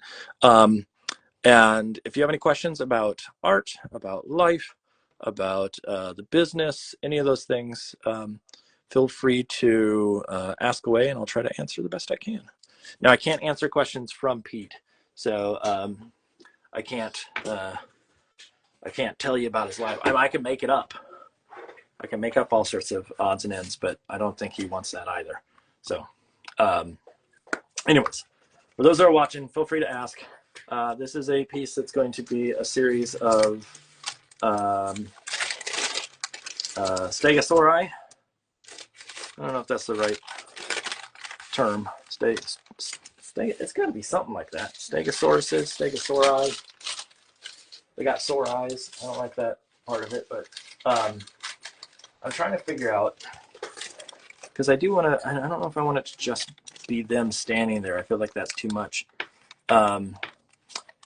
And so I'm trying to figure out if there's a way to like build in, maybe I'll draw in or paint in some trees and some more expressive sort of like gestural things of that sort in the background, and maybe some down front too. I'm referencing, this is my sketch, and Lynette Davila photography, I'll answer in just 1 second, but the sketch is something like this. I have a couple of them, and I'm trying to figure out sort of like, yeah, what do I do up in those ranges?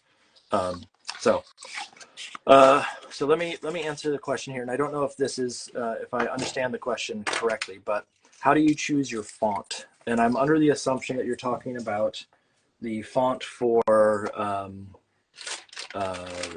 like a picture book, and sort of how do those fonts come to be, and how do you make those decisions of what's going to be in there? And some of that is not necessarily up to the artist. Like if it's me that's working on a book and I'm hand painting some of the letters, obviously, yes, I can go in and I can sort of choose how I want the letters to look.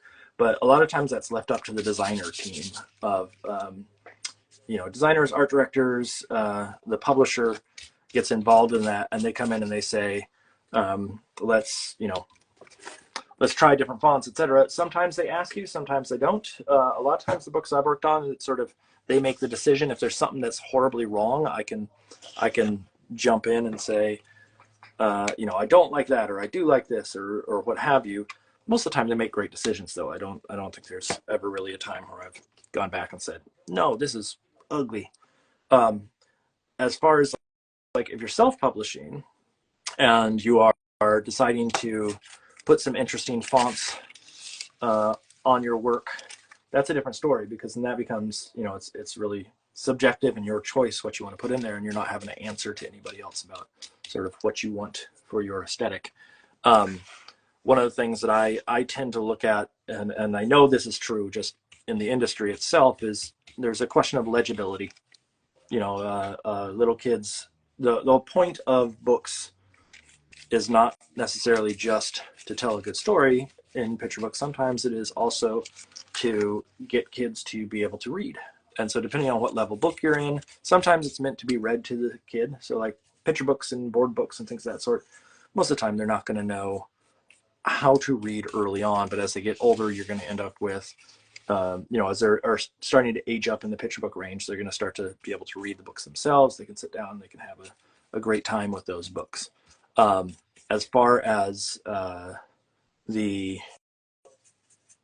once you jump past that, then there's a intention where the kid can read without having to have the parent nearby, or they're reading solely on their own, not being read to from that book. And so the idea of legibility is hugely important, because you don't want a font that's going to be problematic for said audience. Now, that being said, there are font choices that I will tell you. Just the reason why I'm bringing this up is, this is some of my area of interest, which is sort of the design world, and thinking about the project as a whole. I went to school, for anybody that doesn't know, I went to school for illustration in my undergrad, but I did go back to school for visual design when I was going for my master's. Now, I wasn't doing a ton of design, but I did start to get really into typography and sort of learning more about it and how to implement it into my work. And so there are certain things that are relevant for choosing a font. So even if you're doing a mock-up or a dummy, you don't want to go pick a font that is hard for, the publisher to read or things of that sort. And so one of the things that makes a font more legible is what's called the X height. And I'll draw it out for you. Hold on a second. Let me just get some color down on this so I can start to, these are going to be stegosauri,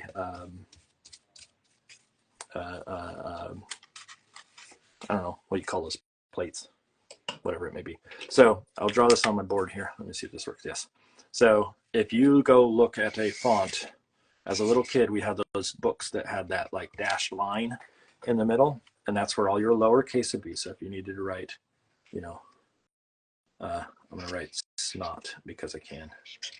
So snot, right? That is your lowercase line, but that's also called the X height. And so you have your top line, you have your baseline, and then you have your X height, assuming that you can all see this. Your X height is that dashed line, and what it is the height of an X in that font, right? So some fonts are going to be like, if we have, let's take an example, let's say a B, right?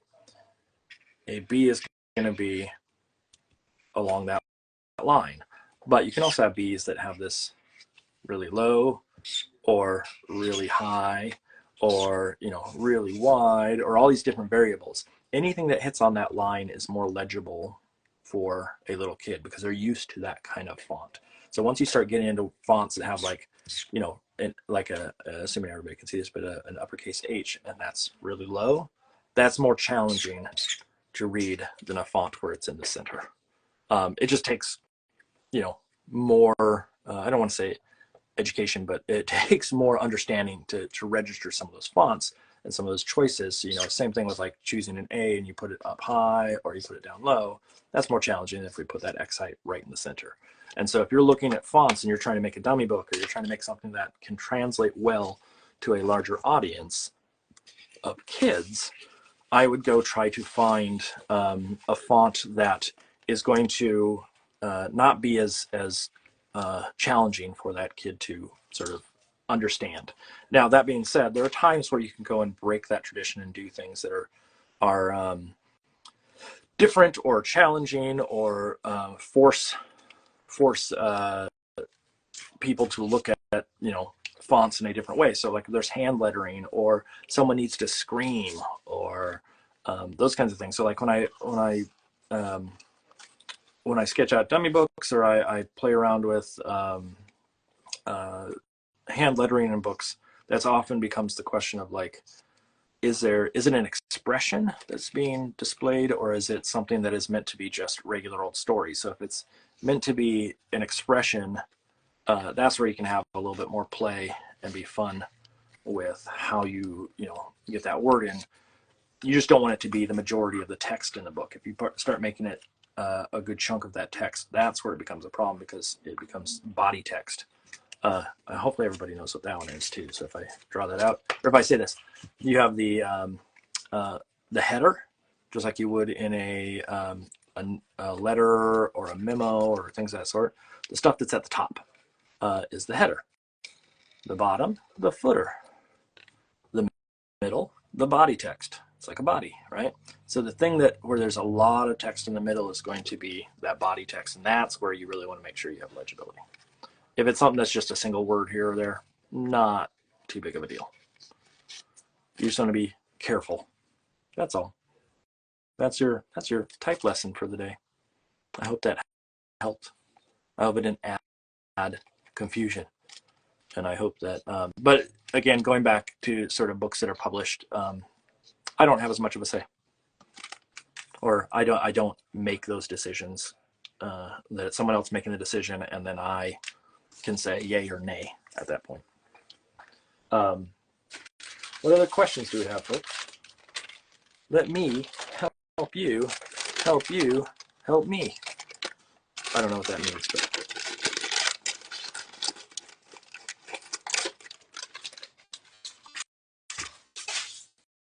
I think these need to be these ones.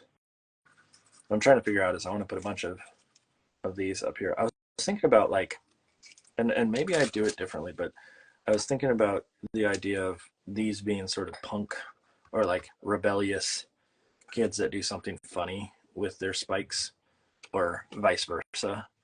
And I like the idea of the straight-laced parent who doesn't have fun. The other way is to, if I wanted to, I could make this the what do I want to say?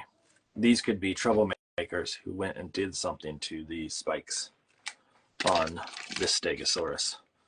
But I'm also, I don't know what they would do. Like originally I was thinking like they cut them, so it's like a haircut, but I don't think you can cut them. Like I know that they're not something that can be easily cut, so then it becomes a question, what do they do? Do they put socks on them? But like they're not wearing socks. Maybe they should. Maybe they should have, like, what could they do to a Stegosaurus? So if you want to throw out ideas, I'm open to ideas. But is there something silly that could be done to these Stegosaurus spikes that would somehow enhance said image or create a fun little story? Barris, what if they tagged the big one graffiti? Just the dinosaur in general, just wrote on it. That'd be kind of fun. Actually, ooh, wait. I wonder, do I have crayons? I wonder if they have like little crayons down here, and then there's crayon drawing all over the dinosaur. Like the idea of like, not necessarily graffiti, but like just little kid version of these dinosaurs. I still have to put in eyes and all that jazz, but I'm just trying to get this like done somewhat here.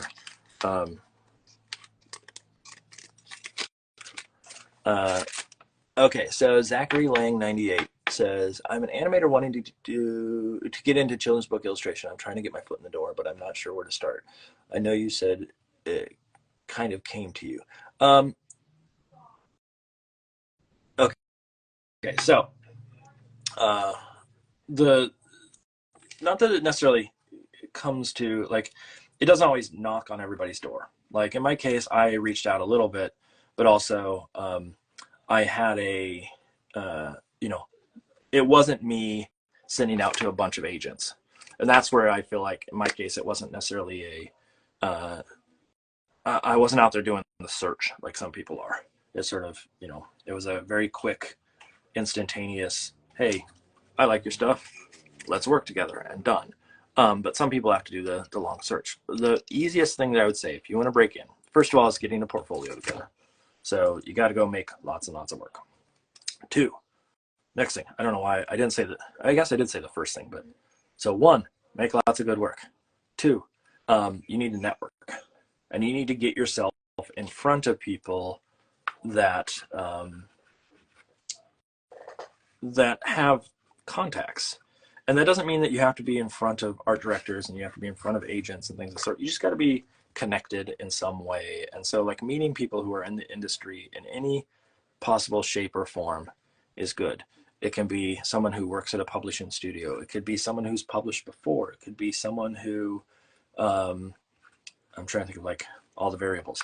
It could be a artist group where there's a chunk, yeah, Nico Sonaro. Yes, making a portfolio that's kids book specific is great. It can have other stuff in it, but a majority of it needs to be kids related.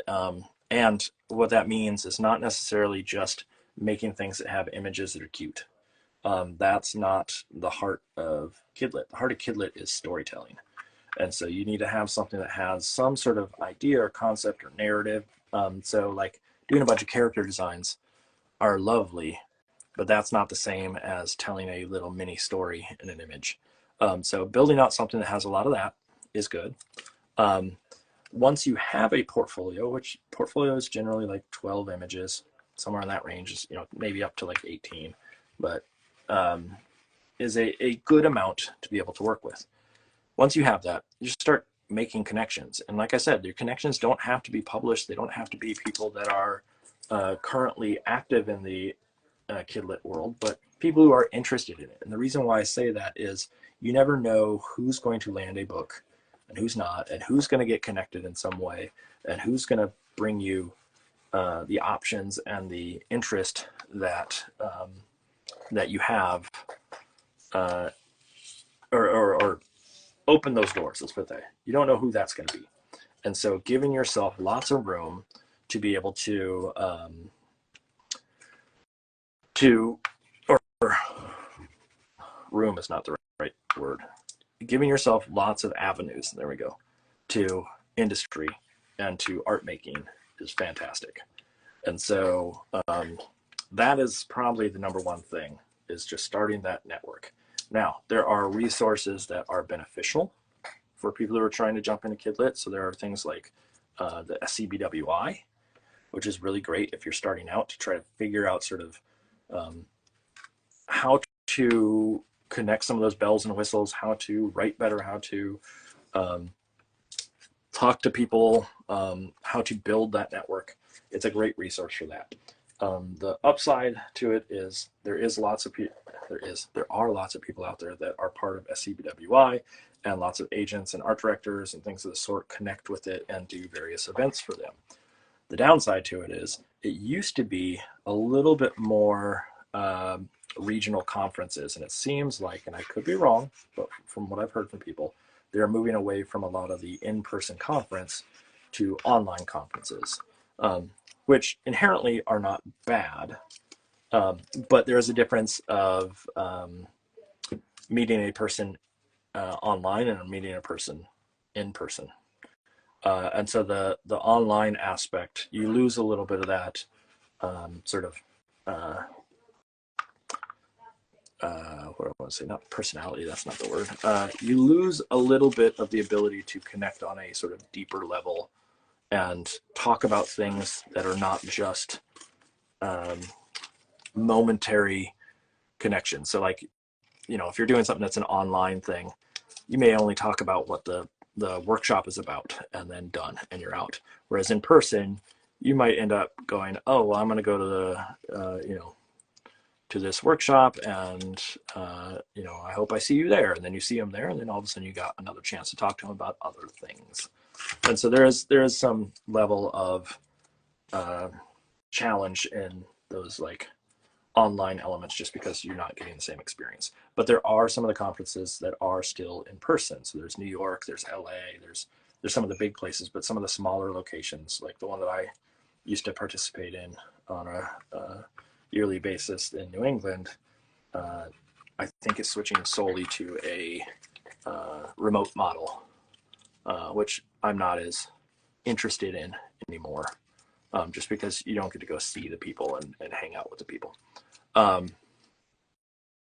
Oh, Bill's Trade saying some of the regionals are coming back. That may be true from what I've heard from people that are in the, it may be the region too. Like if Bill's Trade, if I remember correctly, you're down in sort of the Jersey-esque area, somewhere down there. And it may be just the region that I'm in. It may be, there's all sorts of reasons, but there were some financial challenges of having and not just financial, but contractual and obligation issues that came along with having a conference for a certain amount of numbers, and the pandemic sort of changed that, where the way that they operated had to change, and they may have figured out some new model. But last I talked to someone that was behind the scenes on it, there were still challenges of how to get that model to work effectively and not lose money or not take a risk for insurance purposes or contract purposes, because you have to book things far out in advance.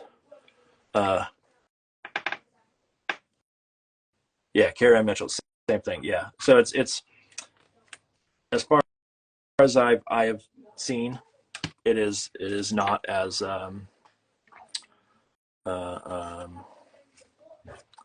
in-person friendly right now, but we can hope. We can hope. And there is and for anybody that's on here that knows those conferences, there is also a difference in like when you're starting out, what you get out of a conference, and when you're going for a while, what you're getting out of a conference. And so like when I started out, a lot of what I was trying to do was network and to find people.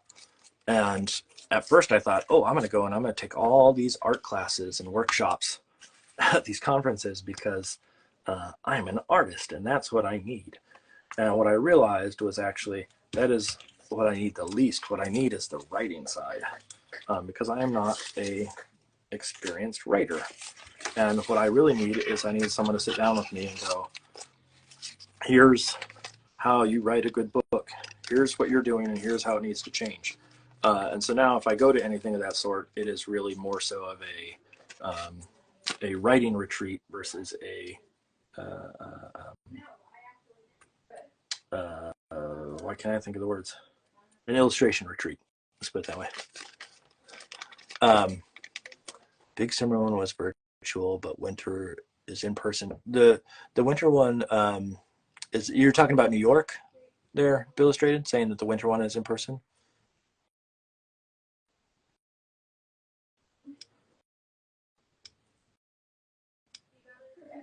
I'm assuming. Yeah. Workshops, the workshops still are like, from what I've heard, have been fantastic in person on a regular basis. It's the question or the challenge that we had, at least in New England, that was causing problems, was that they had to book the hotel and conference area and whatnot for multiple years, if I remember correctly. This is me trying to remember what the conversation was. For multiple years. And the challenge was, if it wasn't financially viable for a bunch of years, the risk was, do they want to buy into something where they're, booking out years in advance and then not knowing if it's actually going to come to bear fruit. And so that was there was a risk, an inherent risk of how much do you actually want to invest with and potentially lose if it doesn't go. And that's where the pandemic really made a difference on our end. So I'm just going to see. Yeah, correct. New York City. Yeah, New York City is probably going to always run just because they have the publishers there. That's the heart of it all. But that being said, again, for anybody that has not done any of it, even if there aren't the in-person conferences, even if there isn't the same access to network in person, getting connected to people that are of the same mindset, are looking to gain the same insight, is huge. And so that doesn't always have to be through conferences. That can be through other workshops like are being mentioned here. There's workshops that are not affiliated with SCBWI that are fantastic, that if you just get out and start to participate, that is probably step number, I don't remember what step I was on.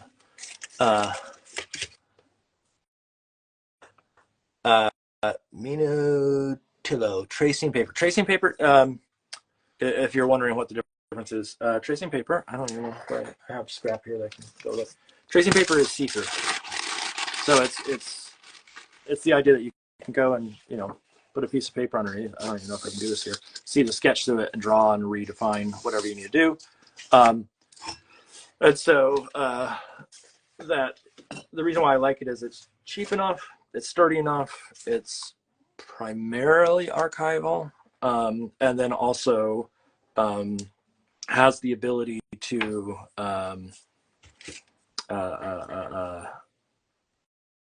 have that transparency, so I can get some interesting sort of textures and things out of it. Yeah, Illustrated says he found his local Illustrator group through SCBWI. Perfect. That's the kind of network, because I imagine Illustrated, same thing, that there's people in there. There's some that are probably published, some that are not, some that are seeking representation, some that are repped, and that's where you just start finding out things and learning by. It's sort of like almost like an apprenticeship in a way. You start learning things by just being around it, which is huge. So. Loops by Elizabeth Tamayo. There we go. Ooh, that's a mouthful. Do you draw and sketch before you collage?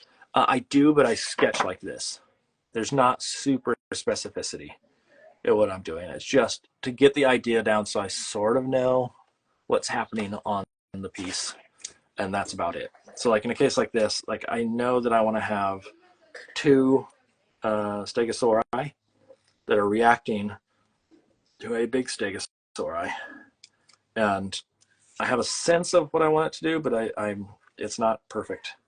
And so what I'm trying to do is figure out, like right now, I'm running into the challenge of I might need to do some other variations of color for these spikes, because these are registering a little bit.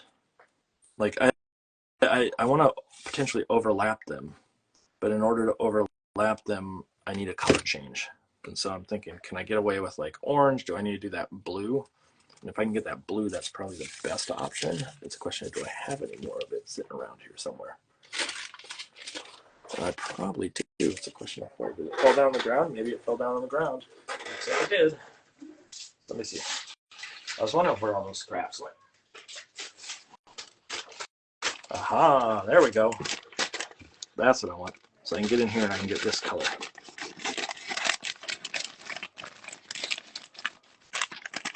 It'd be funny if I'm not going to do this, but oh no, did we go blurry? Tell me that goes away. Lauren, am I blurry? Ugh. Do I need to do a part 3?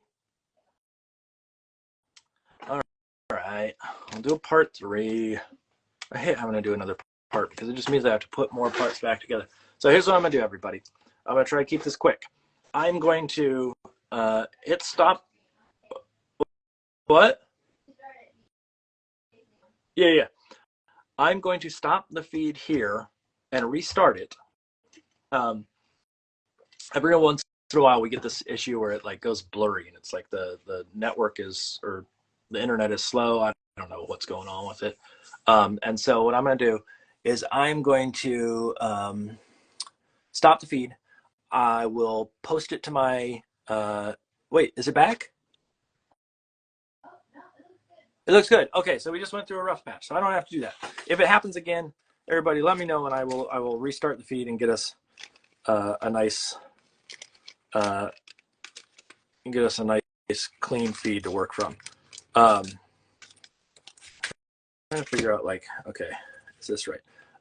What is Bill Straight saying? Yes, in our group, some knowledgeable, some beginner, very warm, welcoming, and one just got their young reader's graphic novel published. So that was exciting for everyone. Yeah, doing that, I think, is huge. Getting involved in those kind of groupings. Like I have a group that I chat with here in the old New Hampshire area, and we get together, not all the time. In fact, we're talking about another sort of get together.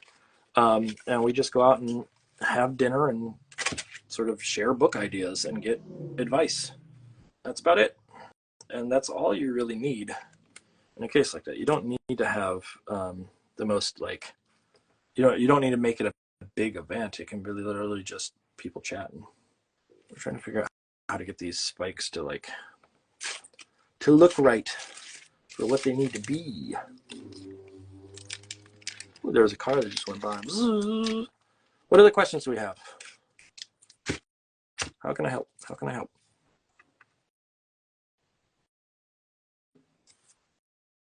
I like that one. As much as I like the pointed thing, I think it needs to be rounded out more. Flatter across the bottom.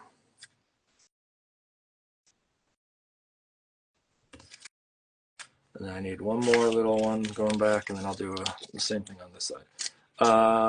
Where did I cut that from? I cut it from over here. Okay.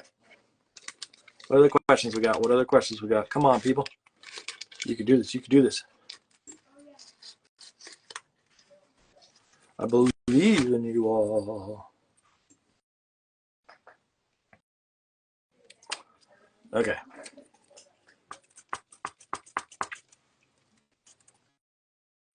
I have, no one cares about this, but I have a whole bunch of stuff I got to do over the next couple weeks. So I'm stressed about all the odds and ends in my life that have to come together timing wise. And it will. We'll manage it. Hold on a second. Let's see. The first question is, have you gotten any book deals where you will use the cut papers throughout? No, not yet. I'm working on some written stuff that, or some ideas, writing, etc. Part of the challenge is we just started up school, and so I'm trying to get that all going. I feel like my time to do things and my ability to jump from project to project has diminished over the years, and so it's harder to sort of find time to work on little bits of projects. I'd rather work on just one big lump and get a project done and then move on to the next thing, which is probably not the most healthy way to operate, but I have some ideas of how to use it. I just need to get those down on paper a little bit more thoroughly and edit more at this point. Lynette Davila Photography says, is it better to self-publish or go through someone? So I guess, well, I need to ask a question in there, and when you say go through someone, meaning go through a regular, like a traditional publisher, traditional publishing house? Because if that's the question, I think it really comes down to your goal. And what I mean by that is you can go and traditional publish through a publisher if you can get the deal. And that's a little harder. That's not just a, hey, I want to do this, and they go, great. There has to be, a interest in the project from lots of folks in the publishing house. They have to see the value in it. There's a variety of odds and ends that are at play there beyond just, you can't just go in and say, I have a project idea and it's done and all you got to do is publish it. As far as self-publishing, the challenge that goes with self-publishing is, from my experience of talking to people and seeing it, is it is not as simple as just, I make a book and it sells. If you want to do that, you have to be essentially a business at that point. You have to be the one out there telling people, hey, you need to buy this book. You need to go out to the bookstores and help them get it in their, or on their shelves. There's more to it than just like coming up with a good idea and then done and putting it on paper. And so that's where, like, traditional publishing to me makes a little bit more sense for a lot of people, is that they're not reliant on being the sole marketing team behind said project. That doesn't mean that you can't be done. It just, I don't know if people want to put in the time, the patience, the money, all the things that go along with that in order for that to happen. So I tend to think that self-publishing is a dangerous sport because of that requirement. And most people think they have an idea of how it operates or what they have to do, but then in reality, it's you know, more challenging than that. Okay, let's see. Your style is. Hold on a second. Let me go back so I can make sure. Kara and Mitchell. So you say your style is so beautifully loose. How do you keep your characters consistent without being rigid? That's a good question because I don't know if I always have the answer for that. I would venture to say that there are. I mean, one of the ways of keeping it loose is actually losing control. And so my control factor is this. It's this Fiskars something scissors. I don't remember. Soft touch scissors. And the reason why this is my go-to is it's not normal scissors. These are like, you operate them with your palms. So you're not operating them with your fingers. There's a little bit less control in that sense. Like I can cut, and I can get a nice clean cut, but it's harder to manipulate and like get little small details. And part of it is losing my sense of details in the sketch stage. And so when I go work on something like this, my tendency is to, or my former tendency, let's start there, would be to go sketch out this thing, figure out exactly where everything's going to be placed. And in fact, if I go and, at the beginning of the feed here, if you go back and look, I showed you sketches for the book that I'm working on, and it's up there on my wall right now. And it is much tighter than what I'm working on at this stage. The downside is working with something that has to be consistent over a long project. Yeah, there does have to be some sort of consistency factor that comes into play. That's not my favorite part of the job. But I also know that over time, I'm trying to loosen up my sketches more and more so that they are not as rigid or as tight or fixed as what they were at the beginning of my career. It also depends on the clientele. Like if it's an editorial thing that I do, then I'm pretty rigid about where stuff's going to be placed because you don't have the time to play around. It generally, like, you make the thing and then it gets published and that's that. And so you don't have a lot of room to sit there and go, well, I think it'd be cool if it was like this, or I want to place it over here because that seems like fun. The art director is just like, okay, this is the way it is. Great, we can publish it. Done. I also, when I work, there are certain things that I think are,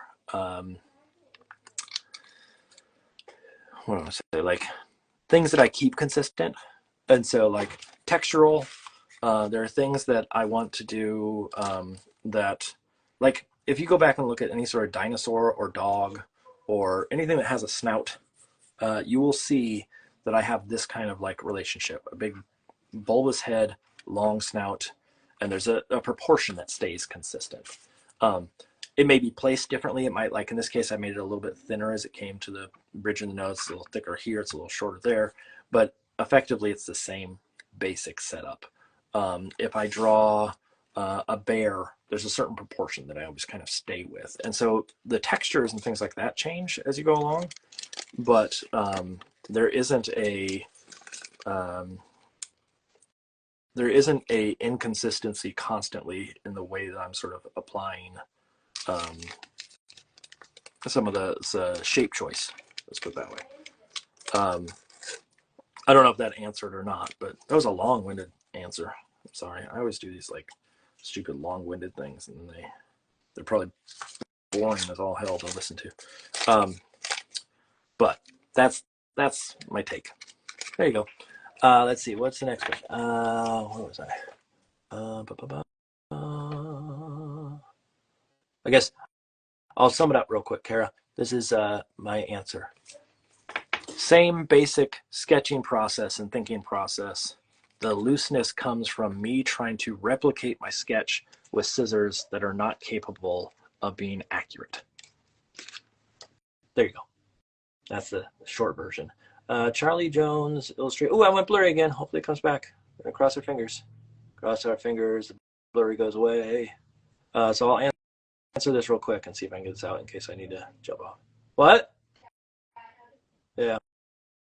So the question is, hey, quick question. I finished my first children's book. The draft came today. I'm not happy with it. However, just wanted to ask, how bad was your first children's book? Loaded question. The first book was actually, it wasn't bad. There are things that were different about it than what I would want now. And so like aesthetically, I think it had some great moments in it. I don't want to say that it was it wasn't horrific of any sort. But there were definitely some challenges that needed to be addressed in it. And so that's a little bit of a thing, but every book has problems. Oh, now I'm back. I'm clear again. Yay. There are challenges no matter what you do. There's always going to be something that comes back with the book and you're going to go, oh, the color wasn't right, or it printed a little, grainier than what I thought it was going to be, or, there's always something that comes up like that. And you just got to get used to the idea that it's, not everything's going to be perfect, and you'll move on. Your next book will be better. And then, you kind of continue down that line. I also, the first book I did was also solely digital, which is, sort of unheard of for me now. Not because I dislike digital, but just my process has changed and whatnot. And so it feels different. So I was still in a very early learning phase. Let's put it that way. And I have definitely learned how to do stuff better and to be more playful with my books. Illustrate lost the video on your end. Interesting. Okay. Charley Jones illustration also said, how old were you when you had your first paid children's book? Okay, so I'm gonna tell you the history of career just in general. My first book, I'll start way back. The first paid gig that I ever got, I was, how old was I? Like 16, and I was doing coloring book stuff for a like self-published coloring book thing. I guess not self-published because I didn't do it, someone else did, but sort of coloring book thing for a daycare school thing. I don't remember what it was. But that's the first time I ever got paid to make artwork. Like with a person telling me right from wrong kind of thing. And they didn't really care much. They just needed things for little kids. Then my first, like what I would call professional illustration gig, which was primarily editorial, was when I did stuff when I was in college, but I don't consider that like my professional career. I consider that sort of like schoolwork or something of the sort. The first like professional thing I'm out in the world was when I was 22. It was for was I 22 at that time? Maybe I was 23 because I was an old soul. And that was for a magazine. And it was for a magazine in Texas. And that was the first time I ever got paid like from a real art director and all that stuff. And that was fun. And then my first children's book, and there's obviously stuff in between, but my first children's book was when I was, it was 2014 that I think I signed the contract, maybe 2015. And so, 10 years ago, roughly, something like that. And so if I do the math, I was probably like 36. I do the math, I'm 46 now, so it's about 10 years. Yeah, 36, somewhere in that range. And that's the first, like, that was the You Can Read. That was the first book that I did. And then I've done books since, obviously, and there's been other projects and things along the way. But those are sort of the firsts. I don't know if that makes any difference just number wise, like to hear that, you know, coming to something at 36 versus 20, or getting into illustration as a career wherein I was, you know, maybe not as prolific or doing interesting stuff until I was, you know, out of school. Hopefully that helps. I don't think I do prolific stuff now anyways. I'm always humbled, like today when we had Pete on, to have him say that, like, oh, he likes something about my work. I'm like, what? But you're Pete Oswald, and you're not supposed to like my stuff. You're supposed to be like, I'm supposed to be the low man on this ladder of illustration. And so to know that people like know my work is in any capacity is always fascinating to me. So that's it. That's my answer. It's long-winded, as usual. It's long-winded.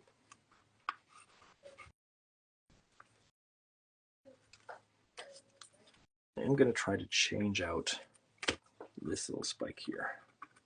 It's too dark. There's not enough contrast between it and the one in front of it. So out it goes. Let's make a little orange spike. Orange spike. Let's go make a little orange spike. There we go. My fingers are all getting sticky. If anybody knows, about this time frame, fingers get sticky.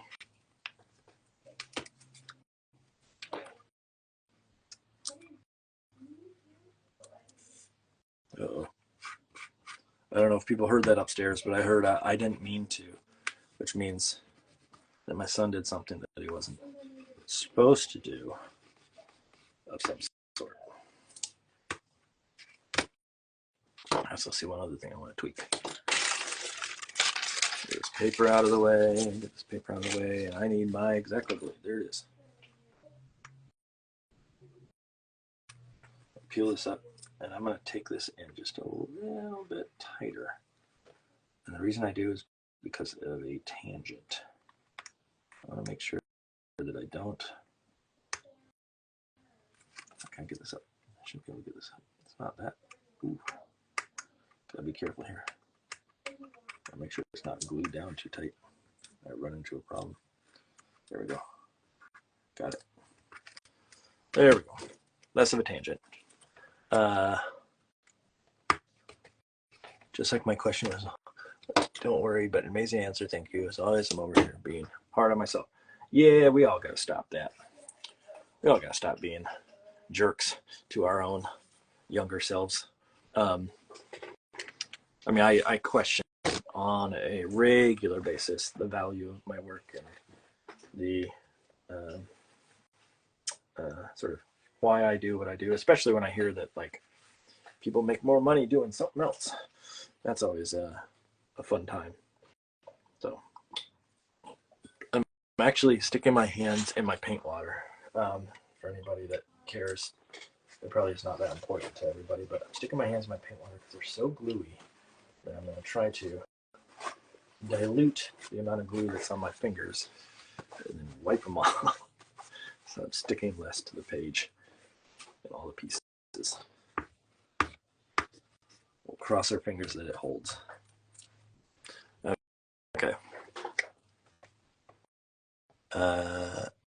Judy Elizabeth Art says, I just checked out your art, Charley Jones illustration. It's so fun. All right, I'll have to, I can't do it now, but I will after this.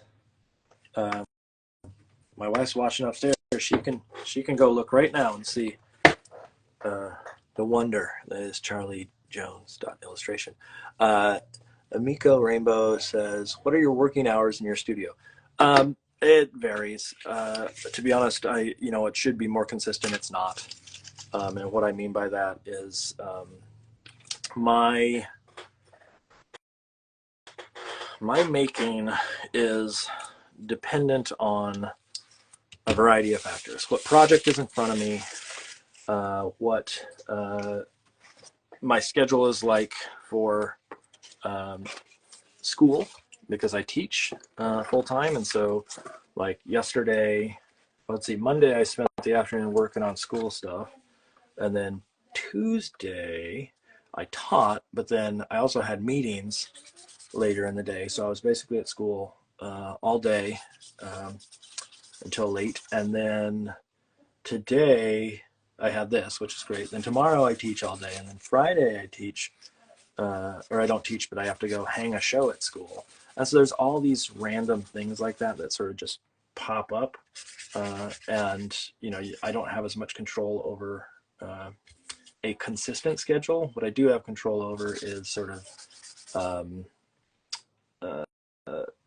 the nights. So a lot of times as I get down to deadlines, or I have to sort of push towards a deadline in general, that's when I start to get more time in my studio is just at night. And so I sit around and paint, and then paint way too late. So generally I would start at about 8 and then paint until about midnight or 1 or 2 in the morning, and then get up, go teach, and then come back and do it again. If it's not that, I don't get my studio all that often. Like if I'm not on deadline, I am not always running around trying to hop in my studio. To be honest, I'm like, the art making is great, but I also don't want to be in my studio nonstop. It is work. As if you listen to the beginning of this with Pete, we talked about that, the idea that like it is actual work. So sometimes it's fun, sometimes you just don't want to do it, and sometimes you just have to because of deadlines. But so my usual work time though is afternoons. I'm not a morning person. I stay up too late and then have to fight the mornings and fight my brain to wake up. What I'm trying to do now is I'm trying to get some like colors that can be potentially some bushes or some variables that are not as red, that venture into that sort of yellow territory. And I'm actually seeing it. What happens if I put a little bit, although I think it needs to dry, if I put a little bit of this like peach in, but I also like dilute it a little bit with some blue, so it's a little bit more gray in moments, but really let the yellow be the star. So this is just 4 textural elements that I'm building right now.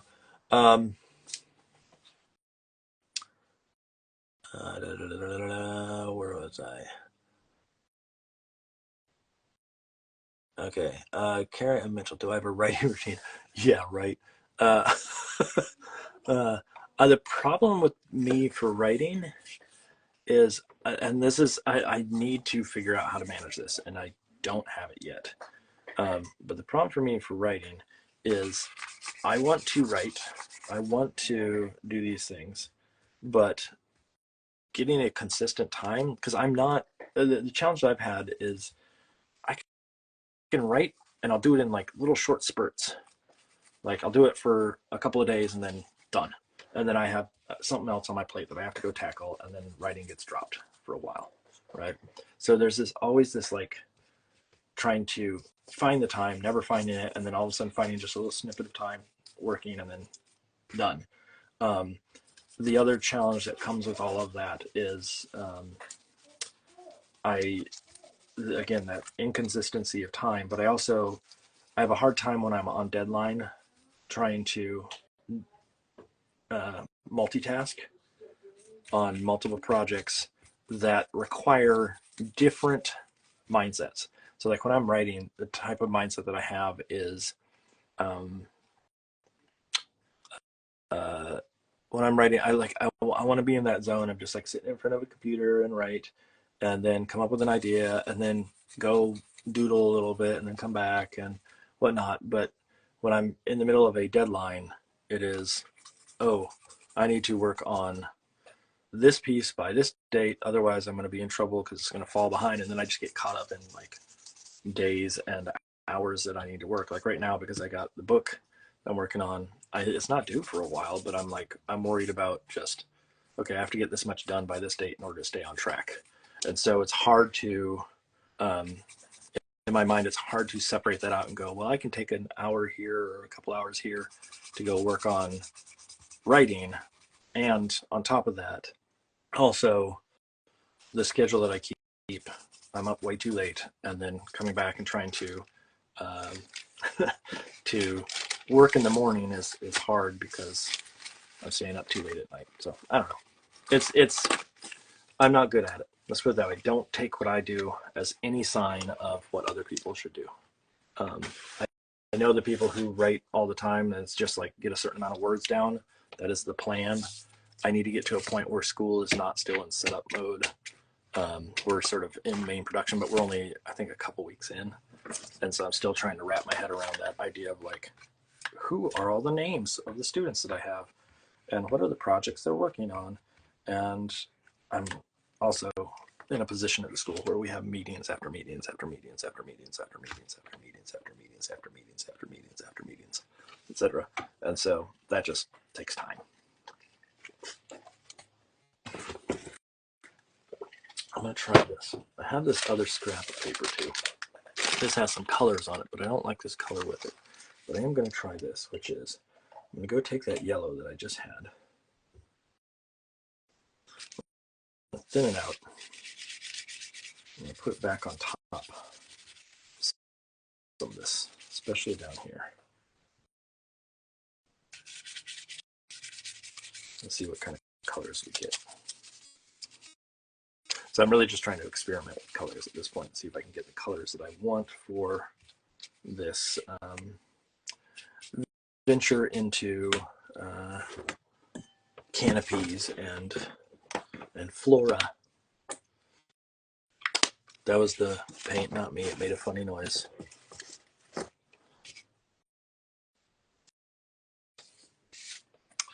What other questions do people have? How can I help?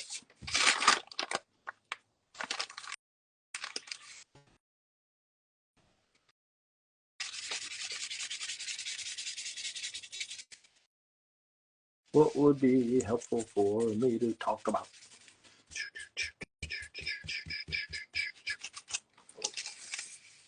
I do one other swatch here while I'm at it.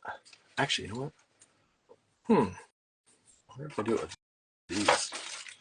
This is all the scraps for the background. And because I already have some of that color on it, I wonder what happens if I come in and now use some of that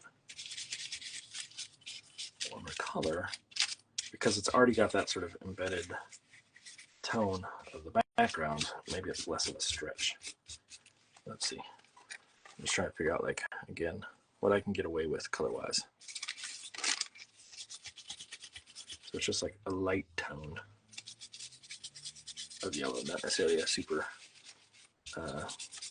opaque or robust saturated version of it. Just little hints of yellow. What other questions we got, folks? We got about an hour and 10 minutes before this thing. Oh, actually, a little bit longer if I need, but I'm going to try to stop it in an hour and 10 minutes. So you got time to ask away. You want to hear my thoughts on some wild topic? Throw it at me.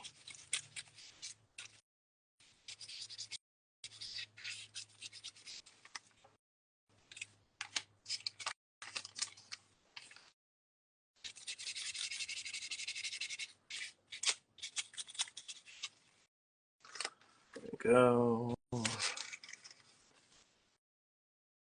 Hey, Lauren, who do we have on next week? I'm drawing a blank in my head. What? Oh, that's right, T.L. Macbeth. Already starting to think about a couple months out. I keep thinking about those names, and we have T.L. Macbeth coming on next week. He does super cute, sort of stylized, a lot of, like, holiday stuff, but a variety of odds and ends. They'll come on with us. And then, what? Did you do it? Oh, yeah, that's right. You did do a dinosaur book. You're right. How do you say it again? Stegosaurus. I was gonna, like, my my mouth can't say that without having to have someone say it first. Like stegothus. Nope, I struggle with it. So, anyways. Okay, let's see. Let's get those. Okay, I'm gonna let that sit for a second. What I'm gonna do is I'm actually gonna spend a little bit of time with this right now and start drawing on some of this, getting textures, little nuanced things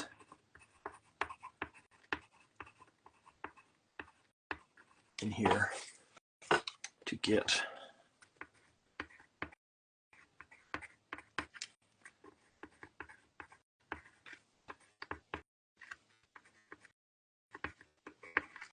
said dino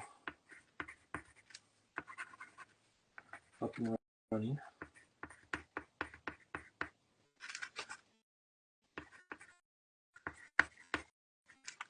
And then I will put eyes in and stuff.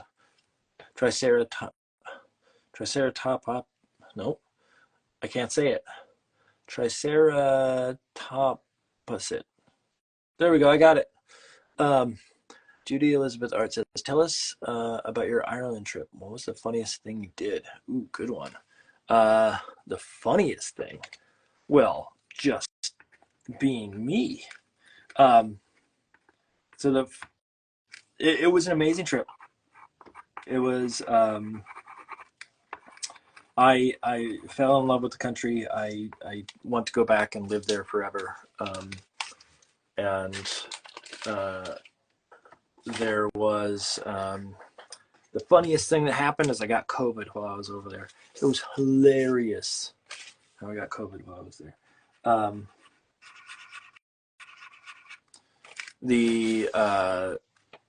trying to think of the what? Oh, it says funnest. Yeah. The funnest thing. There we go. I misread it. The funnest thing that I did while I was there. Well, okay. There are a couple of things that were really fun. And so like obviously the historical sites and that kind of stuff is cool. The most fun that we had with something like that was actually we had this guy named Eddie Linehan, and you can go look him up. It's EDDIELENAHAN, I believe. Eddie Linehan, and he is a storyteller who like focuses on traditional tales of Ireland, and then writes books with collections of them and whatnot. And he was this, or he is this sort of elderly man with this giant beard and hair, kind of short. And the reason I'm not picking on him because he's short, but it was amazing. His like presence just made a huge difference of like sitting in front of this guy telling us these weird sort of Irish tales. And it was sort of like a caricature walked in the room.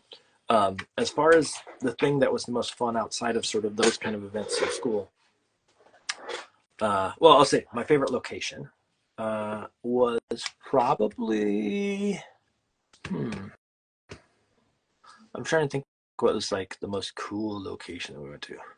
I mean, the Cliffs of Moher was cool. Some of the abbeys and things that we visited were cool.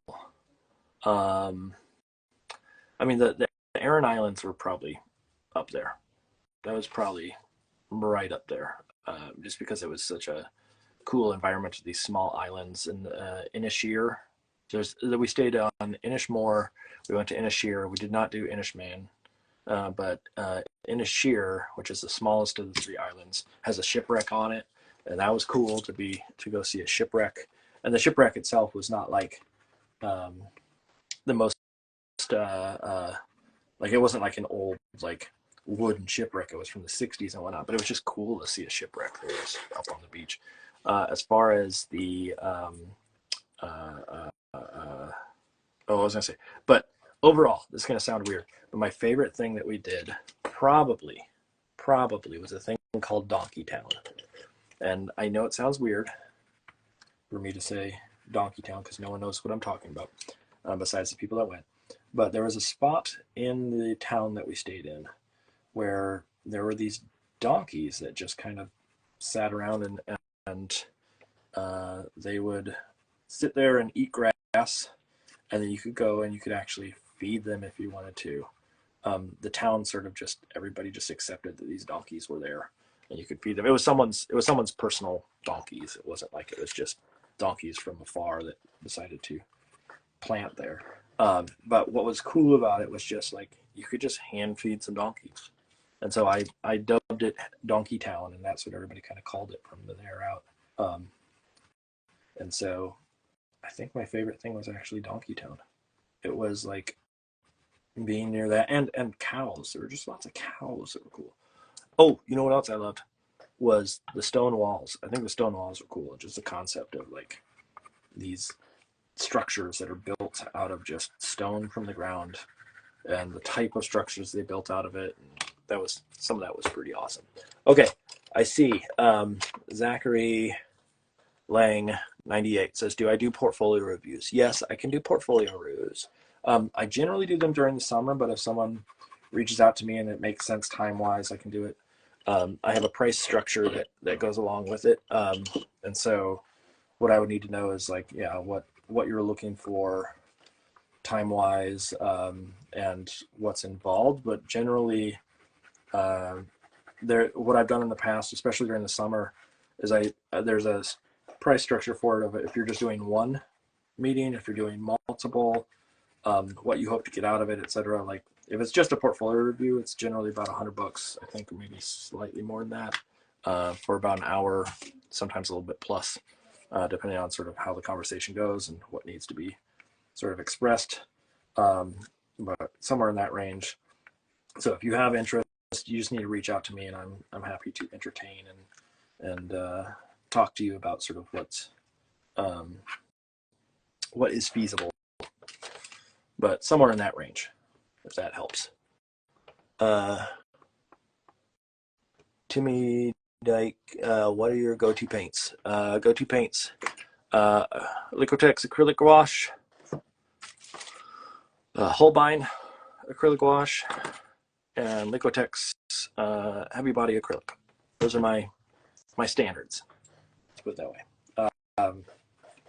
And I don't. I'll mix in other brands and things of the sort, but those are the ones that I just sort of lean on a regular basis. I'm trying to find the right color for what I want. I want like some sort of tone that isn't maybe as good as I'm going to get, but some sort of tone that sort of allows me to get some shadows in there in some interesting ways. So blend them out a little. Could also do it with paint. That's the other way to do this, but let's see what happens with that. I might try a little bit of paint. And I'm trying to think what else. I feel like there's something else I was supposed to answer, but maybe I don't. What other questions we got?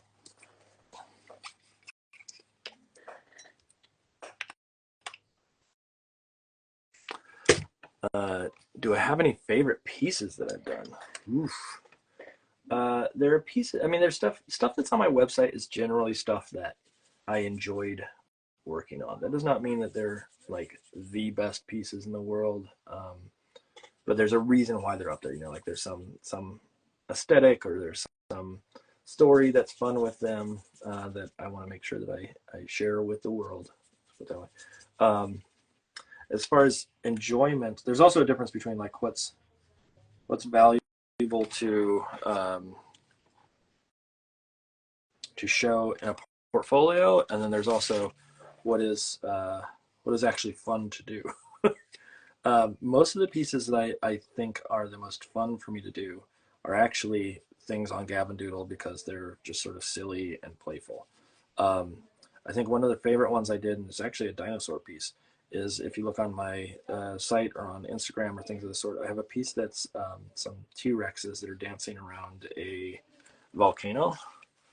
And that one is one of my faves. And the reason I like that one is some of the shape design in that, I think really sort of hits on my, looking for a specific brush. Hold on 1 second. Hits on my, oh, there it is. My sort of personal interest in sort of silly, looser shape design. And so if you go look at that one's sort of I would say one of my current favorites. One of the ones I did last week actually for Gavin Doodle is came out really well, and I'm happy with it. I'll be posting that probably next week or late this week or early next week, which is the bears sitting at their out on a porch, sort of taking in the fall. I just think that one came out relatively well. And then outside of that, what are some artists you get inspiration from? Ooh, that's a good question, because I just covered it in a class, in a lecture, so I can sort of easily go to it and say, here's what it is. So the names that I as everybody, I don't know anybody that wouldn't be inspired by Christian Robinson. I think his stuff is absolutely amazing. I think he just, not just in a aesthetic way, but I also think like the subjects that he likes to paint and some of the content and some of the books that he's worked on have been fabulous. But he is also someone who does collage, and it's not even the collage that I'm like super drawn to. It's his sort of approach and the irregularity in his approach. So like some things he will paint, some things he'll sketch in, some things he will collage in. Like there's just such variety there that to me it's really cool. Then I really love these are names that have come up on here before, so anybody that's heard these before, just bear with it. But oh no, oh no, I'm drawing a blank. I can picture it, and I'm drawing a blank. Oh man, Vola, Naomi Vola or Nomi Vola. I can never remember exactly the order. Who did this great book about worms? Did a book called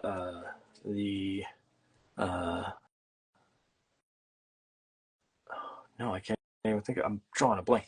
Okay, and then the other stuff that I look at is I really love sort of old vintage folk art and stuff that is sort of naive.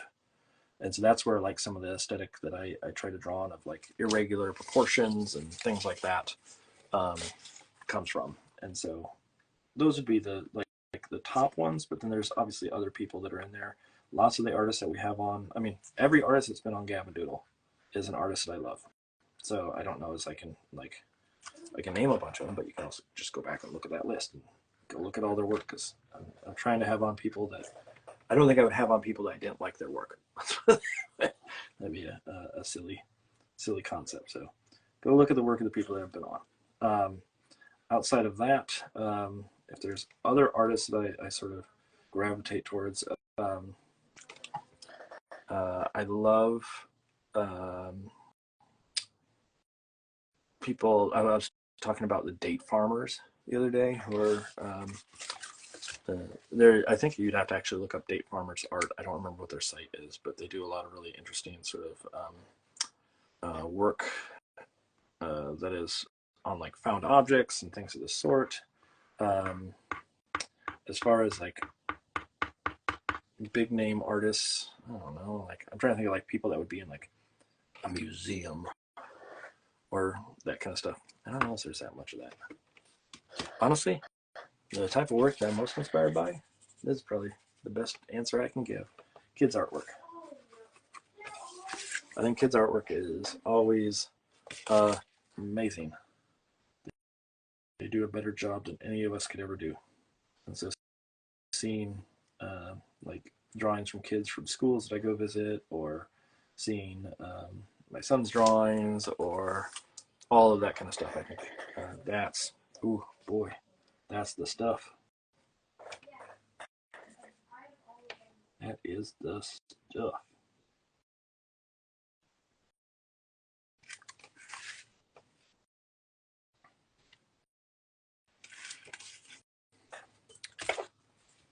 See if I can get this little twist in the leg there.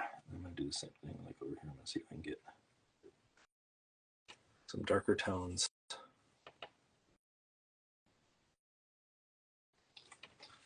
Some of those. Same thing over here. I'm going to try to get, ooh, that's too dark. Add a little bit of water to it. Thin it out.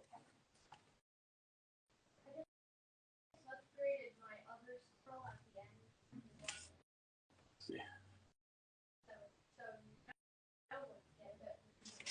So I'm doing all this work, and I might actually cover up sections of it, just depending on what I want to do with these plants I'm going to put on top. But I've been waiting for those to dry. Once I figure that out, then those will go in. And then let's see.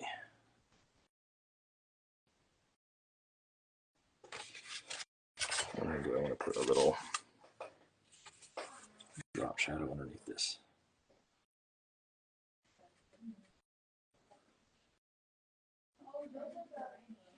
To imply some sort of, oof, I don't like that.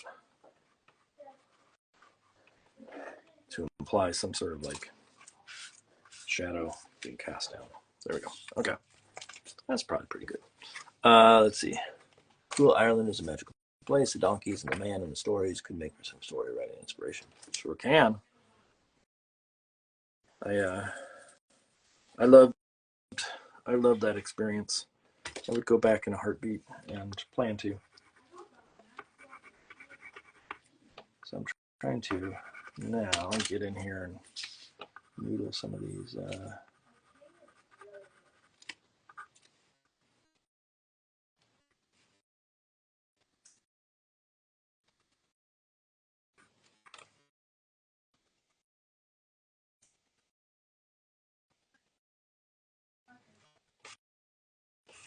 These spikes on these guys.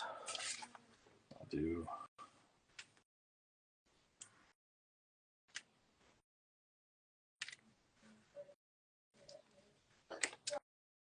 some line up on that.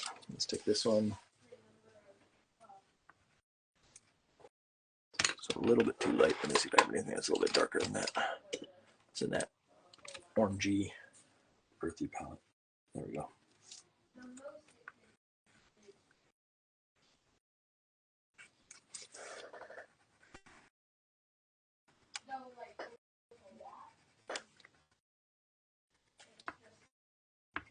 There we go. Okay, let's see about plants now. I'm going to put plants in here.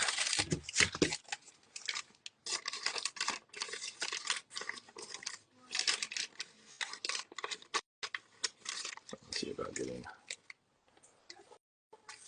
some curvy plants.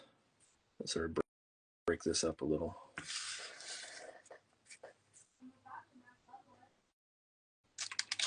Let's get another chunk on that. Let's see.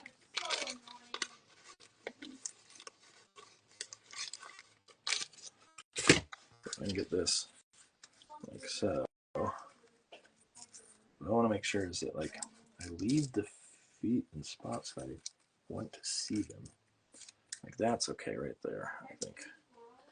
And I might do a couple of like little plants back in here just to break up that space. It doesn't need to be much.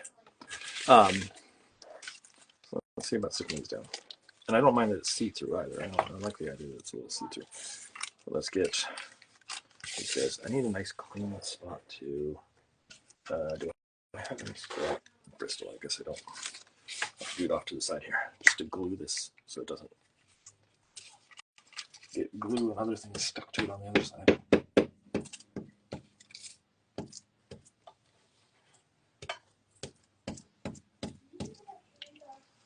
Let's see what we get here. If I put this down right about here, if I do my math correctly, that should cover ever so slightly there. Yes, it will. Beautiful. Okay.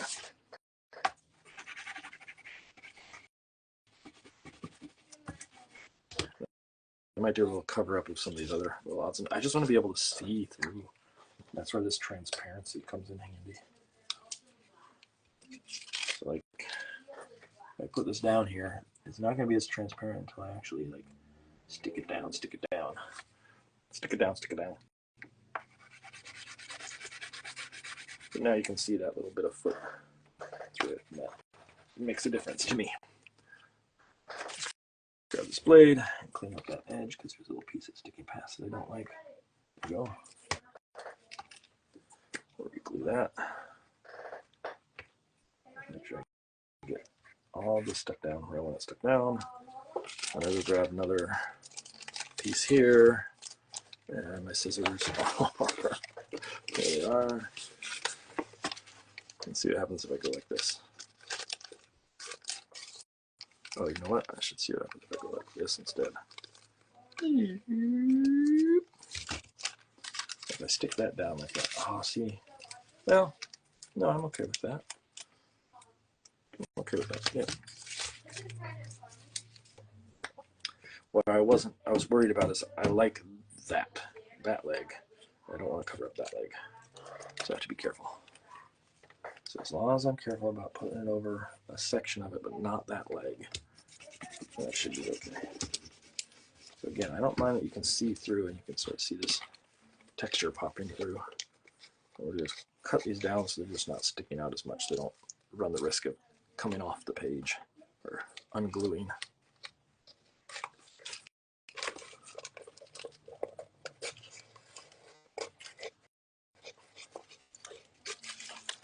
There we go.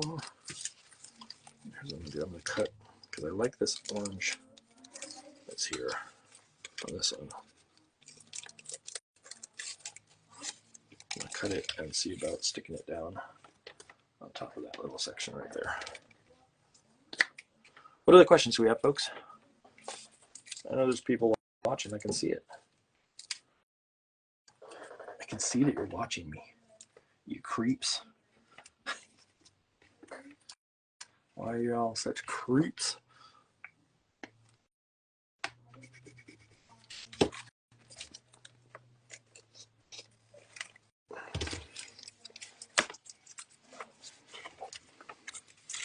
What a bunch of creeps. Get off my finger. There's a piece of paper stuck to my finger. Okay, now I'm going to come up here. I'm going to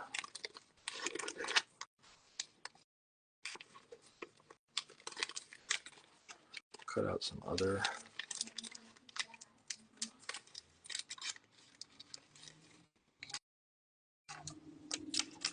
little plants that can sort of sit back in here like this to help sort of break up that space. And what I'll do is I will glue this down, then I'll come back and cut away some of the little bits and pieces. So I'm just going to put in some other some other little moments. Actually, you know what I'm going to do first?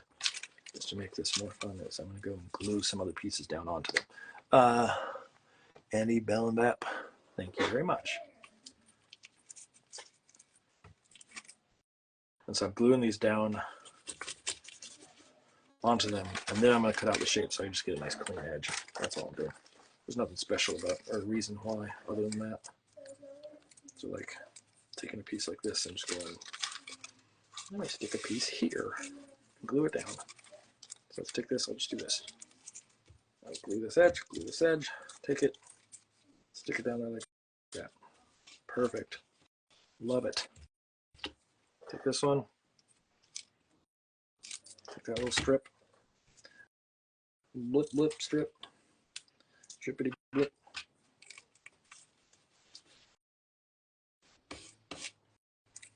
We'll glue the back of it. Go in here, I'll stick it in a different spot.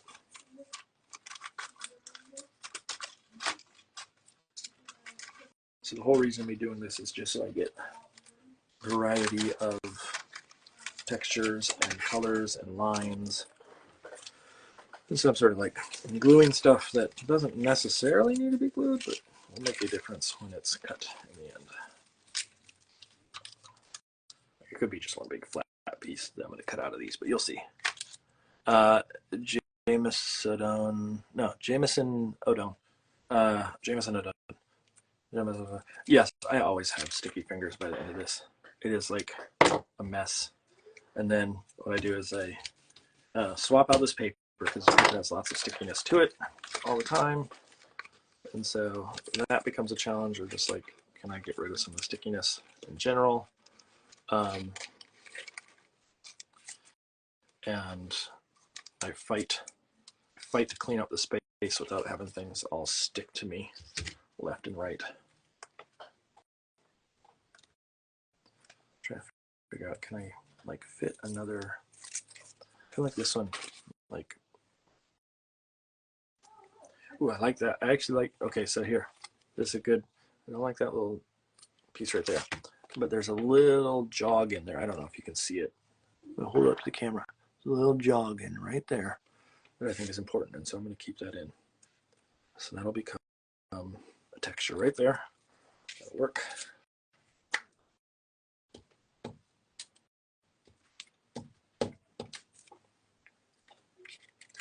Let's go get this bad boy stuck down right about there. Ooh, that needs to come out just a little bit. I want to see that.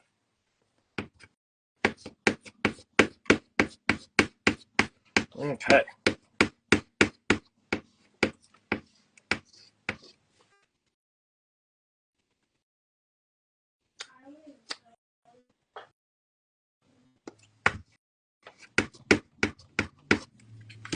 Now, because that one's sitting in front of that guy, I just need to go trim off.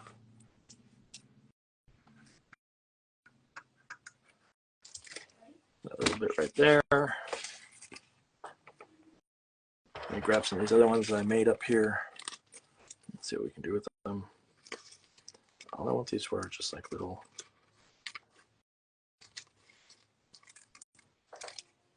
small pieces that sit up top.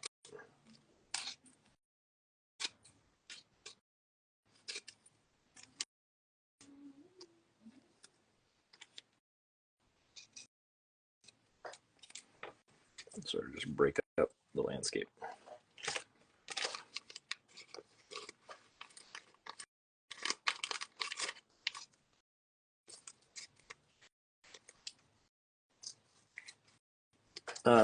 So anybody, oh wait, okay.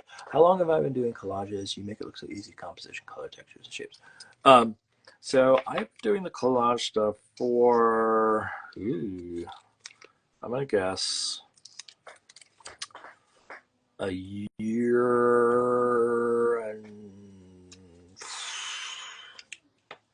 it was before it was after I did Soren. It was before I did that one. I'm gonna guess probably about a year and maybe a sprinkle of months, something like that.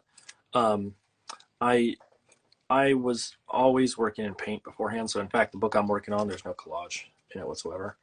That I've been a collage person ever since I had a guest on Gabbing Doodle by the name of Brianna Karzu, who does really, really simple but beautiful collage work. I had them on and I was like, you know what, I've been venturing I've been hoping to try to make some collages at some point, and it seemed like a fun thing to do, so why don't I try it? Well, Brianna's on, and I did. And then I said, ooh, that was fun. And so I sort of jumped at it. And if you go back and look at some of the early collages, I didn't really know what I was doing. I didn't understand sort of structurally how to build, how to layer or stack or anything of the sort. And it was me just sort of experimenting in general. But I also, there's some things I learned along the way, but I also realized that as I did this, there is a real challenge in trying to figure out sort of my place in the world of collage, because I do collage, but I don't do collage with the intent that it's meant to be collage. I do collage because it creates the edges that I want. And so like if I could do that with paint, or I can do it with paint, honestly, I can do it with paint, but it's more laborious.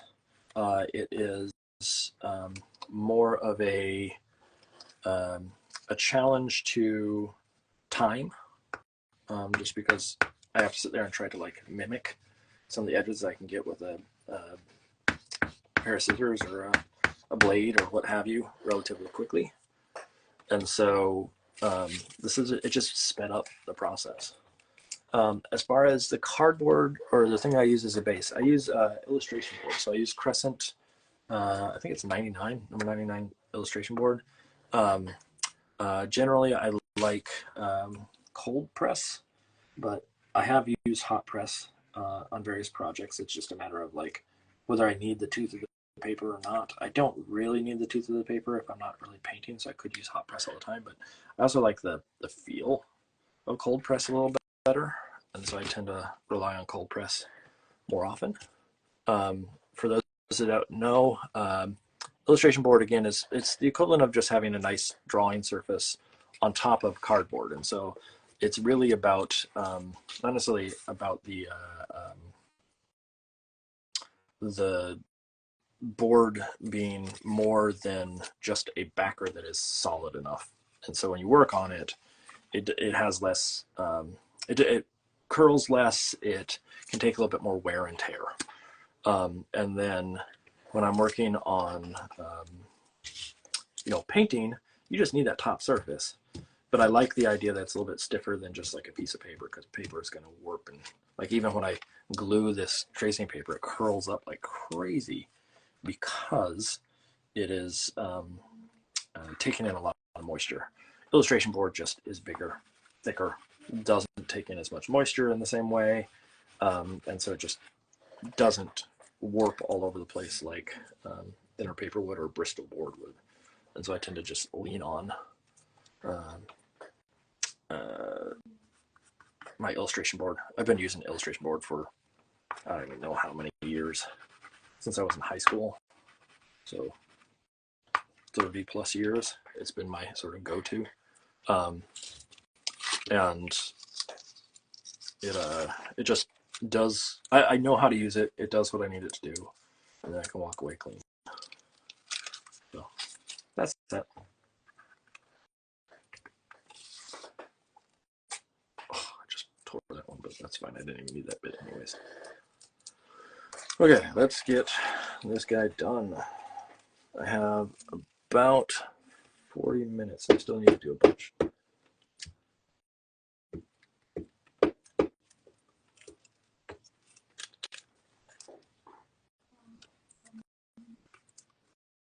Stretch that just a little bit further. One of the challenges of doing this thing on a collaged background too is I have to watch out for tangents constantly. And so I had to move this piece in just a little bit because this edge right there and that piece lined up with the scrap of paper behind it. And so just always watching to make sure that those edges are not problematic of any sort.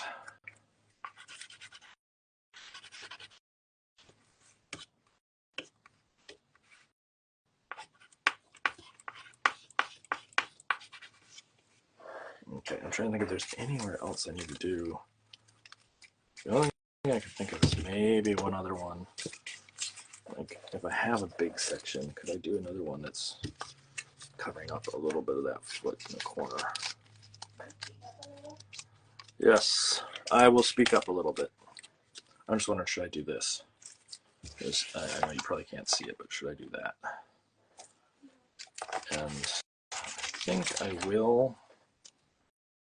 And the reason why I'm going to do it is it puts more emphasis on the feet over here, and I really love this guy's feet, or the shape of his legs. So I'm going to make sure that is a star. I also just realized that I have a light here on the side that has been pointing at nothing the whole time. If I do that, whoa, now it actually makes the piece pop. Oh, you know what? I also am like way off camera. Let me do that a little bit. Okay. So I think we're pretty much done with the stick down phase, and now it's detail phase. So how do we get this stuff in there? Oh, you know what else I need to do though? I need to put little crayons or something in here.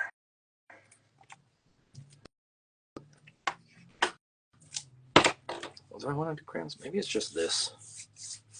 Lauren, what do you think? What do you think should happen in this piece? Baird would suggest the idea of graffiti. So they graffitied on this big dinosaur. And I can do that. There's nothing wrong with that. But I'm trying to figure out if there's something else. Like if I do graffiti, I feel like I need to put shoes on the dinosaurs. You know what I mean? Like, I feel like they need to have something that makes them feel personified in some way.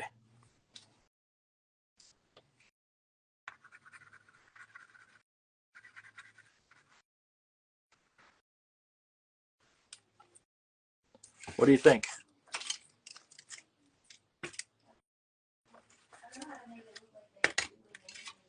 What? What'd you say? Huh? Yeah, so like getting crayons.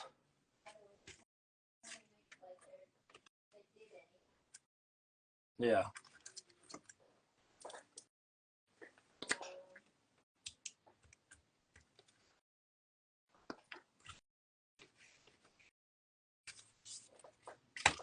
That's what I'm trying to figure out. Is like, does it need, I mean, it needs some little hint of something, but I don't know what.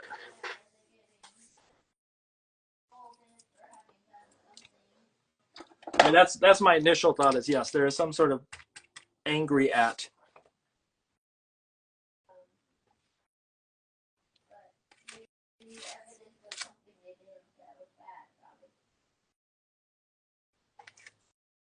Yep. Okay, don't worry. I'm putting in where I want them, and then I'm going to come back and.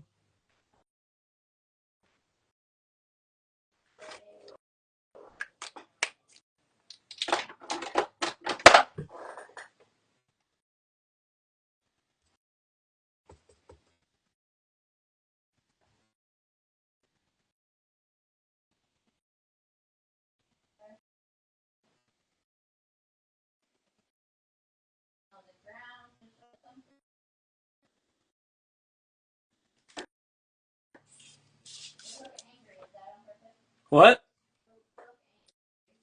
I'm going to put brows on them. They won't.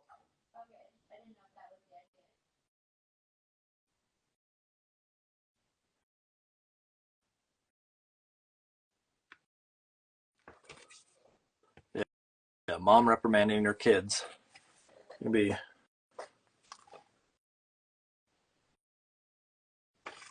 There's some relationship that needs to happen here. I just feel like the idea of the scale or the idea of the spikes are.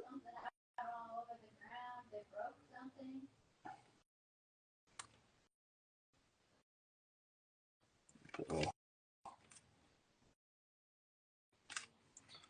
nostrils on them. There we go. What? I thought about putting a bunch of like little vines down here, and then she's covered in like vines, and you can see them sort of smiling about it.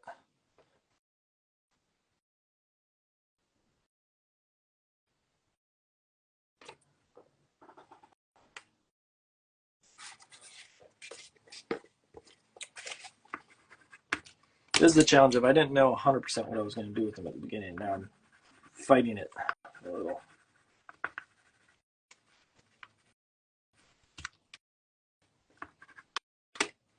Having a fight for the idea of what this is about.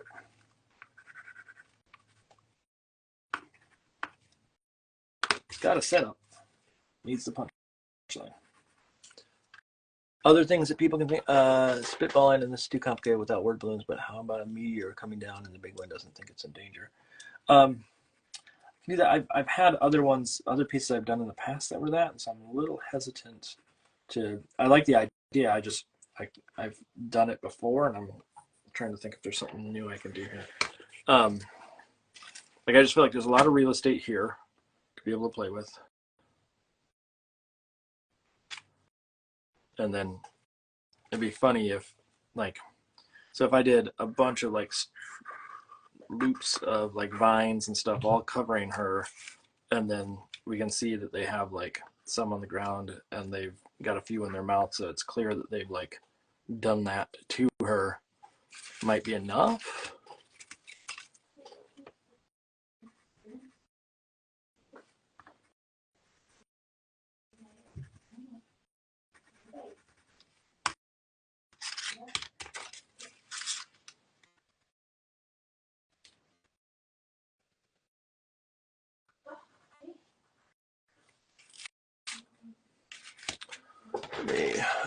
I want more like this. That's, oh, is that too blue? Yeah, that's too blue. Yuck, it look cooler. What was this? One might have to be it.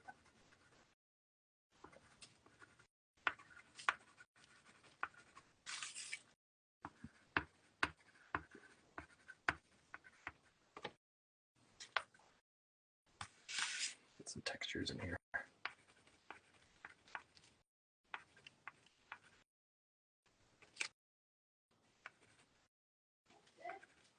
What? What idea? Yeah.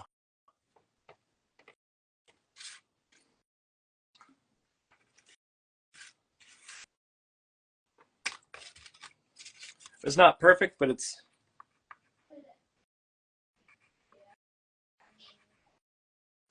What?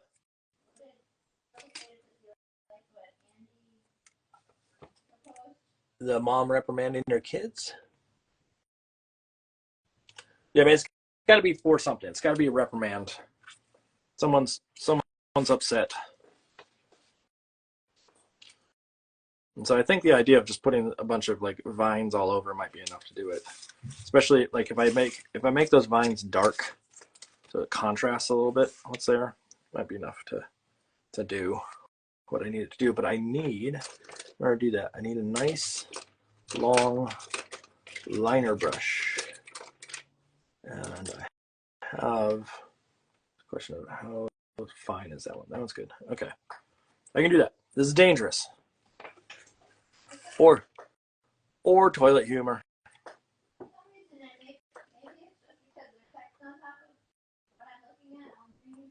Mm-hmm.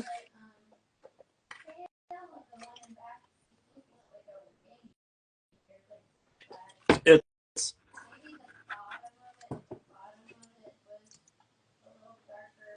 lighter.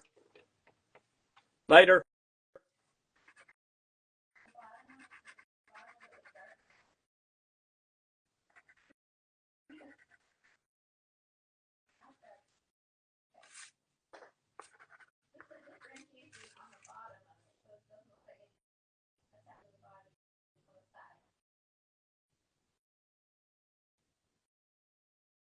Meaning like down here?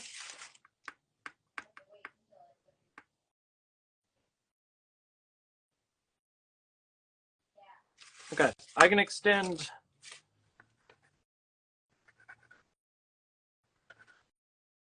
So it pushes back a little bit. I specifically like that weird, awkward.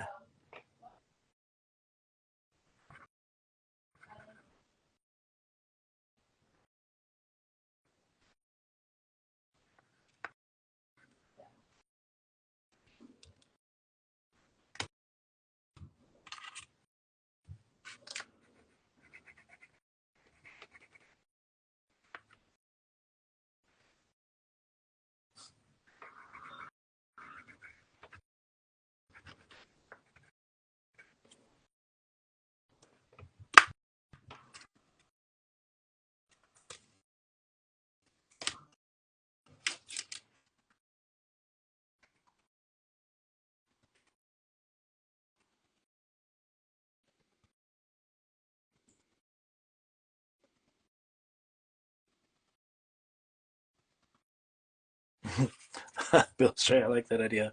A pterodactyl flying with poop. I'd have to make them like, yeah. I'd have to make like a big splotch of white that's like dripped all down, and then I'd have to make a wing that's like up here, and then they could be just smiling like goofy smiles. Let's see if I'm just gonna see that if I draw it.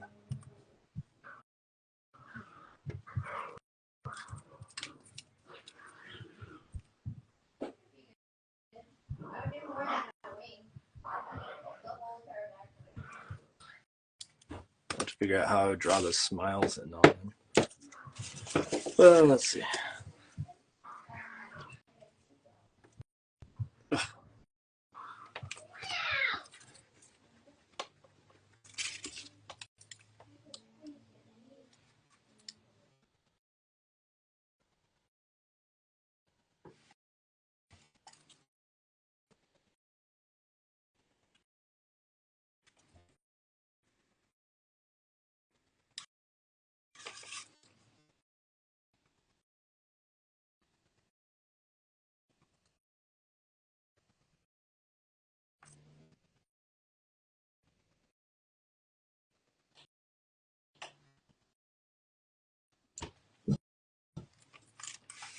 Okay, I think I could do that. Pterodactyl poop.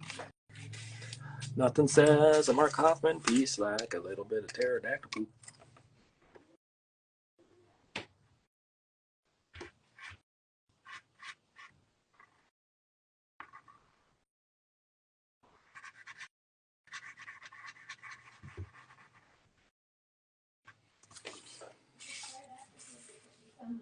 October piece.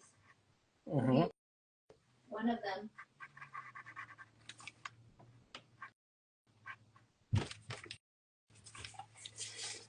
If I were gonna do the whole pterodactyl, not I will. I will.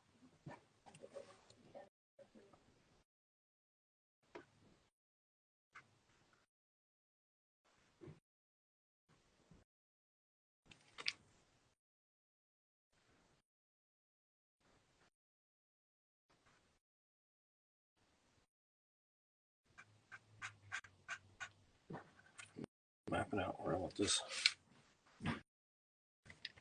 poop to be on.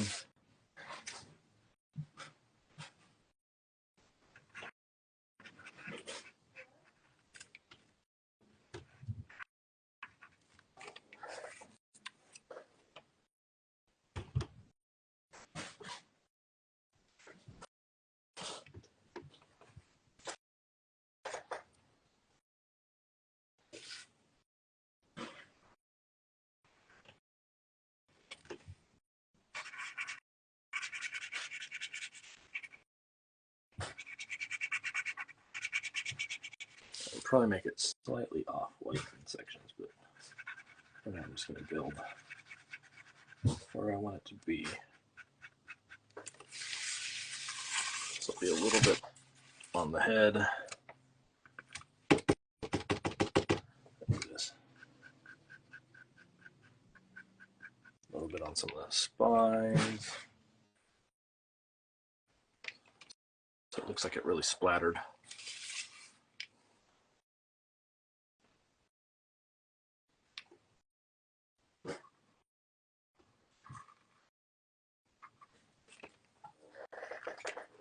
There we go.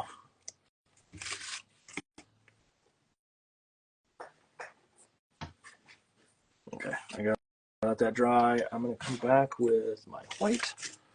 I need to punch that up so it's pure white versus something else. I'm going to hair dry it real quick.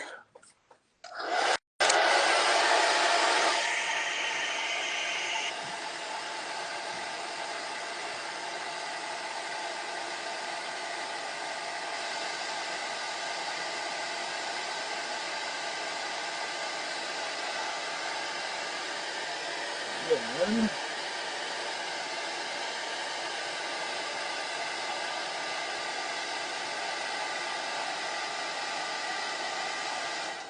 I'm actually thinking I might do like a big drip coming down here. So it's like it really got plastered.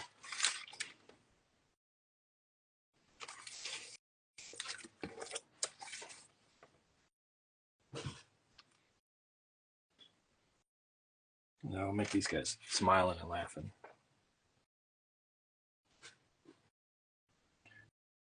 Could actually try to close one of their eyes so they're like roaring with laughter.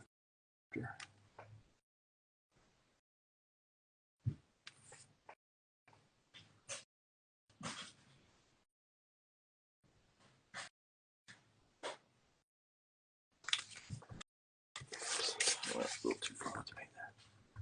Clean that up.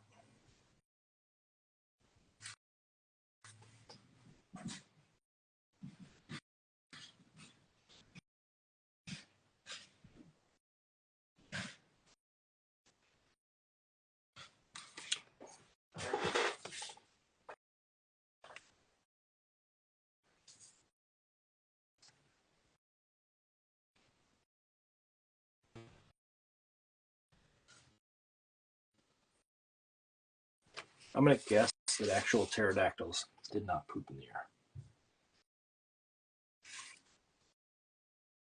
I feel like they're more like geese or something, and they would like come all the way down to the ground. That's where they would.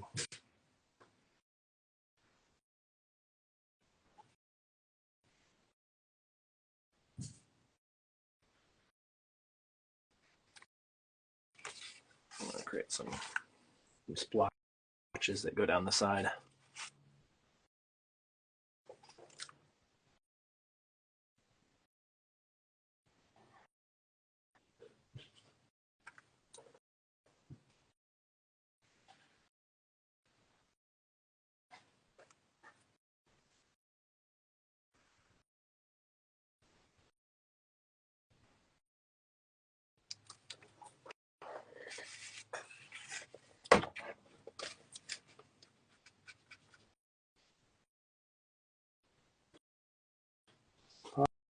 Body humor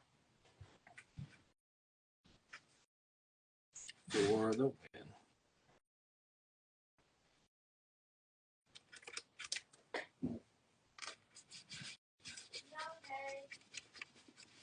I'll take a couple passes to get some of this built up to the point that I want it.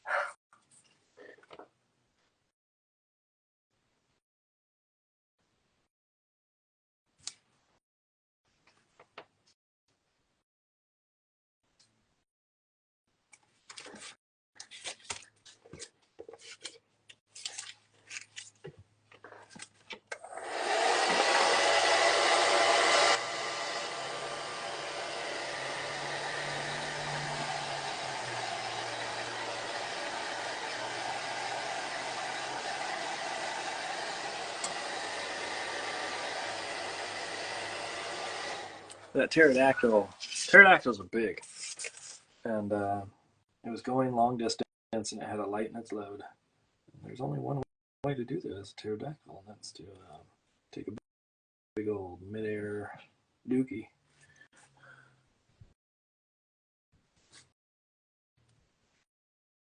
It's been years of my life waiting until I could say a midair dookie, and I finally got to say it.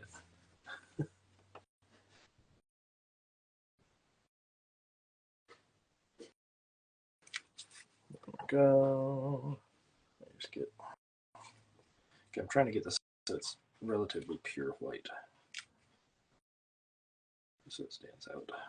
And I'm going to color that background just a little bit there so it stands out against, and that way I don't have to actually make it an off-white. I can make it a pure white. Should I have a little bit of like chunks in it? I don't know. I just feel like it's teared out. What does bird poop look like? Lauren?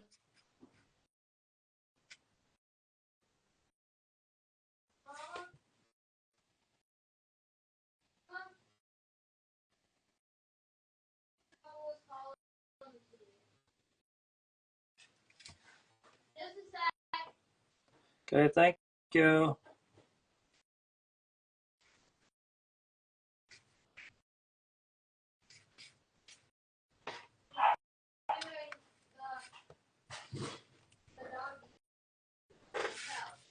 Yep.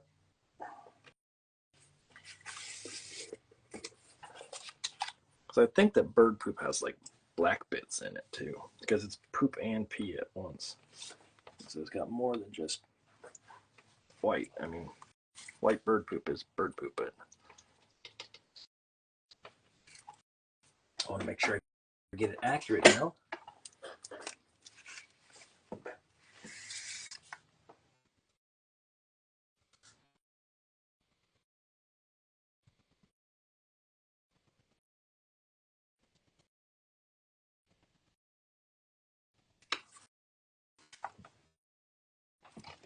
Do this. Do that one with the brown here.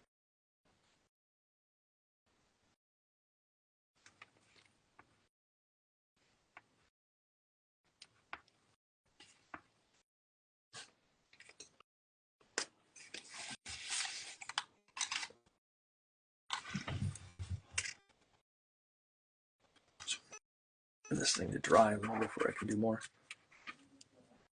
Hey, Lauren. Yeah. Bird poop. White with, Black in it? Is that what yeah, illustrator says green and gray. I don't know. Look at a few different renditions of it.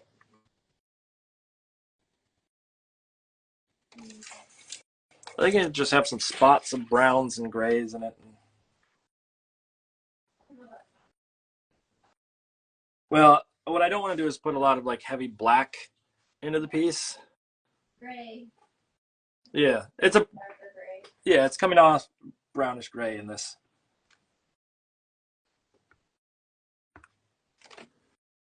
Just so it feels like it's not just pure white.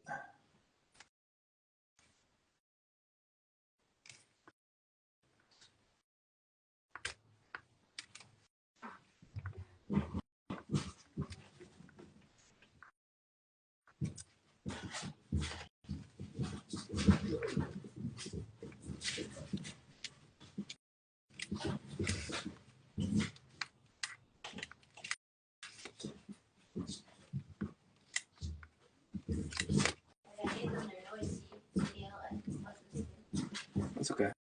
Can people hear? Are people people that are listening and whatnot? Can you hear my dogs going crazy with their dinner upstairs?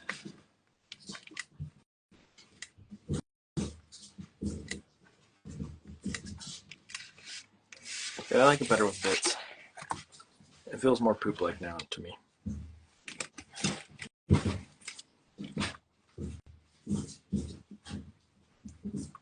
Again, something I've been waiting years to say.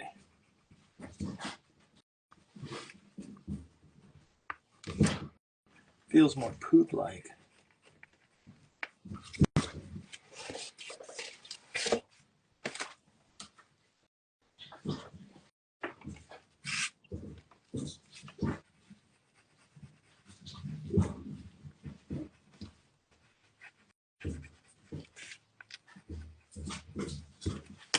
And then I want a little bit of this. Trying to make it feel like it's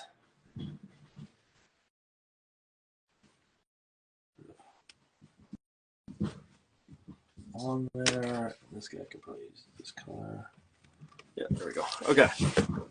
Now it's pterodactyl season. Well, oh, first I need to do little teeths.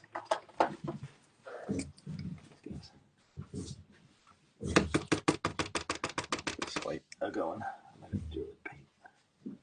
Yeah, I might have to do it with paint because that. Let me see if this other one works.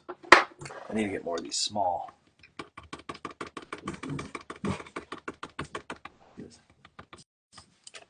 Let me see if I shake it up.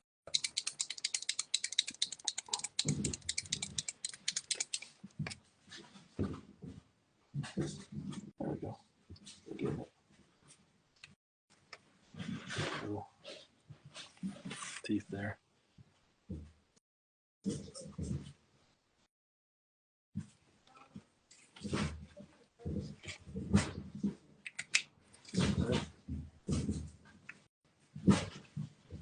I don't particularly like the 4 teeth there. I think that guy needs 2 teeth.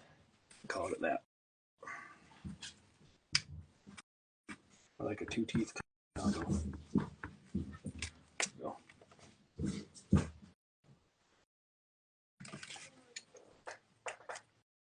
Ooh, oh, come on.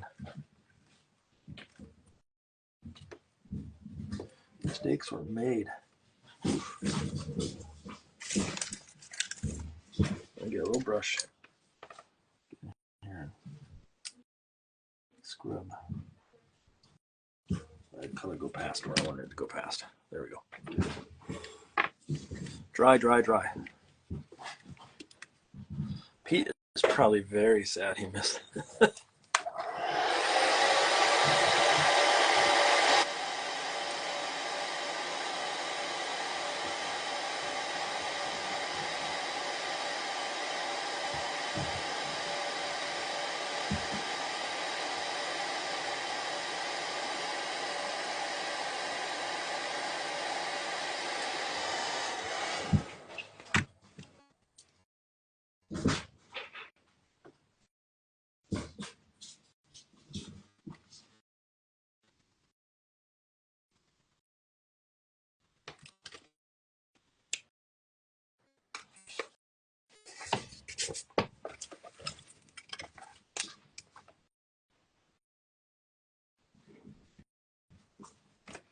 I'm not liking this marker. I need to do it with an actual brush and a little bit of white paint.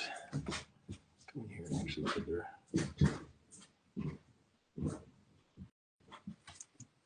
teeth in for real. Real teeth. I gotta dry them.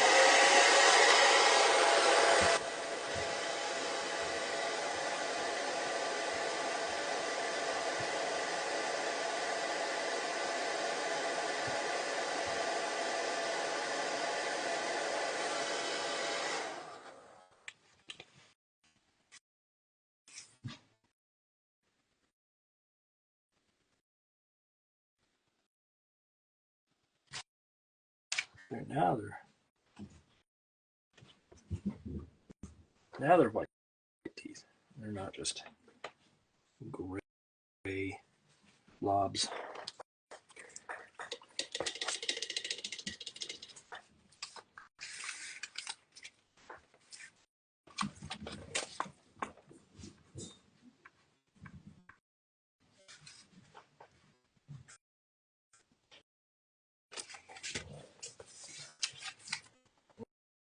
Okay.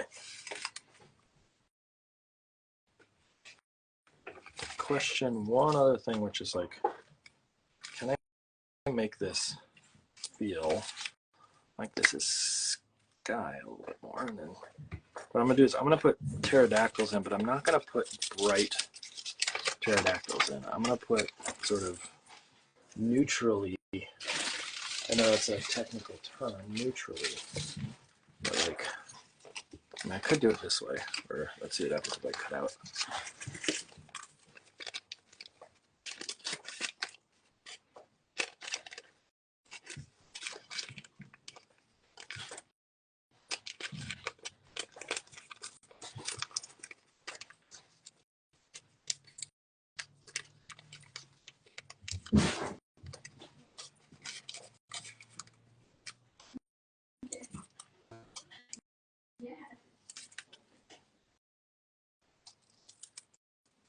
I want them to be kind of silhouette-y.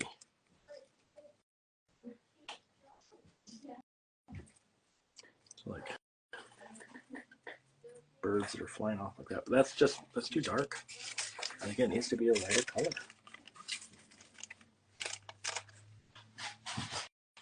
Yeah, that's just too dark. So let's find something that can fit in that sort of lighter range. And could I get away with something like this?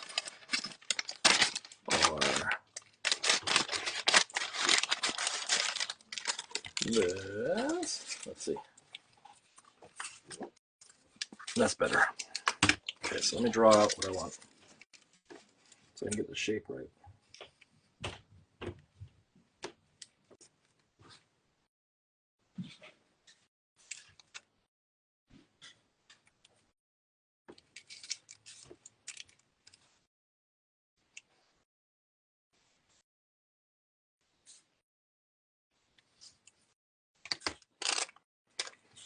do is I'll cut this on the back side.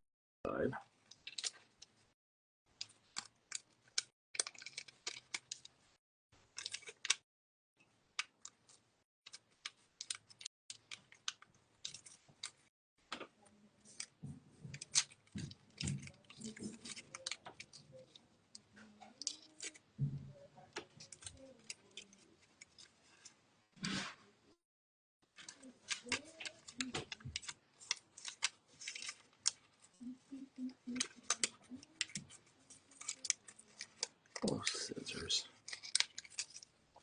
How I love thee. Merchant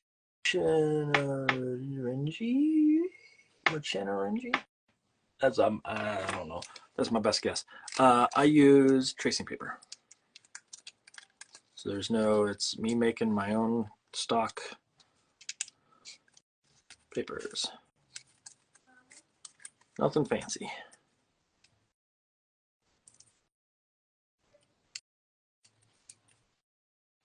So what I might do is make a few of them. They're sort of flying off in the distance. I feel like I want it to go the other way. Okay, I feel like it's better if it goes that way. Did I just do it the wrong way then? Let's see. Can I take another section? Can. Maybe I'll just do one. Let's see. I like the shape of this one, so I just need to go the other direction.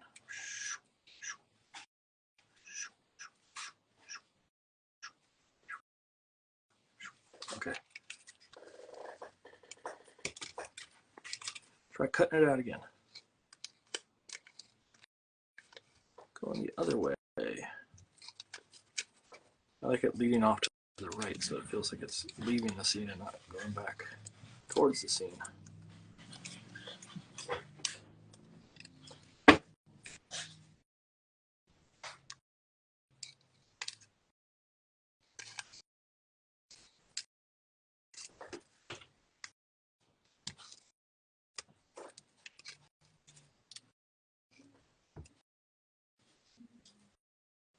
Cut this as best I can without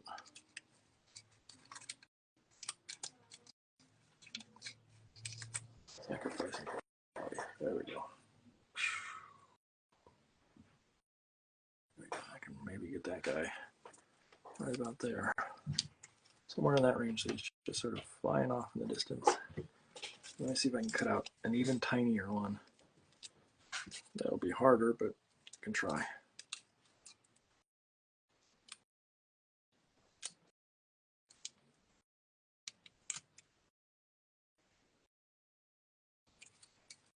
And sticking them down is going to be an absolute pain.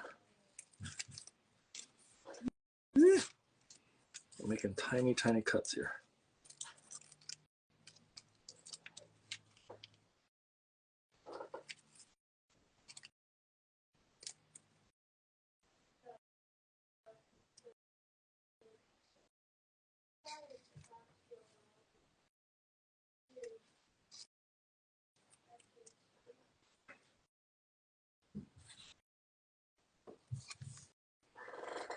A little tiny one flying off this way. And then maybe I can get away with something else that's like a little bit of a different color.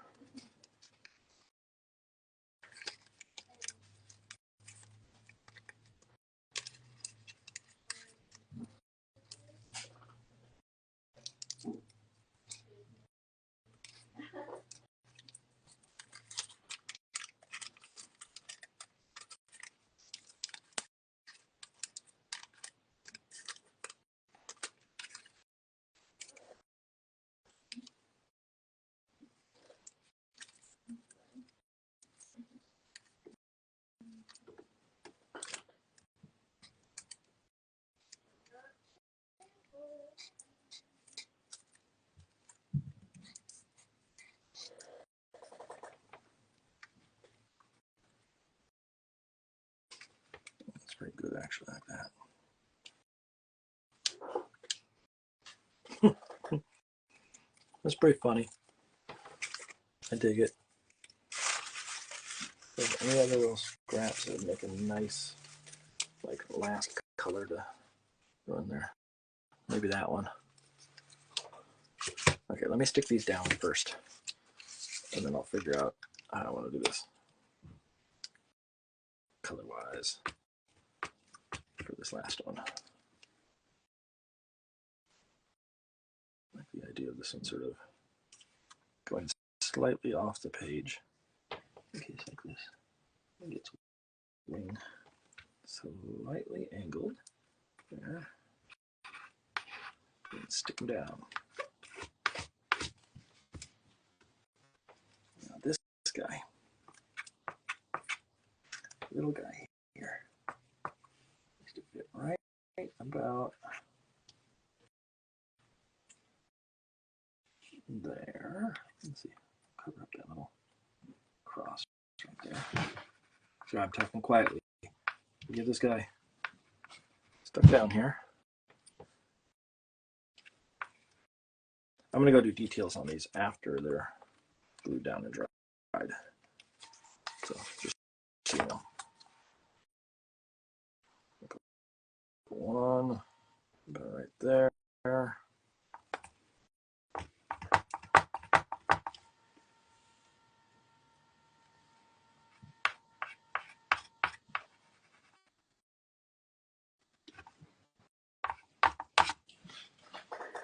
And then I thought I had a scrap. Oh, this guy. I was gonna do one other little wing, sort of point, coming down like this.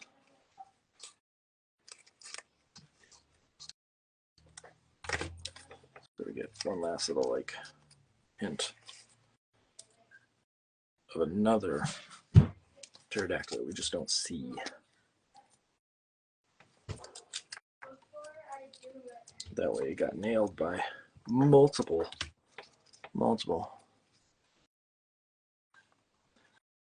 Illustrated, yes, bringing the highbrow to the lowbrow, the lowbrow to the highbrow. Brown, how now, brown cow.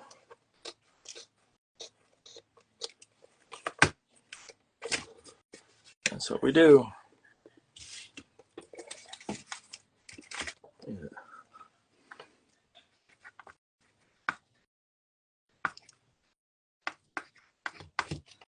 Okay, I gotta do a couple of little odds and ends. These guys have a little bit of schmutz on them. Let's see if I can get off of them.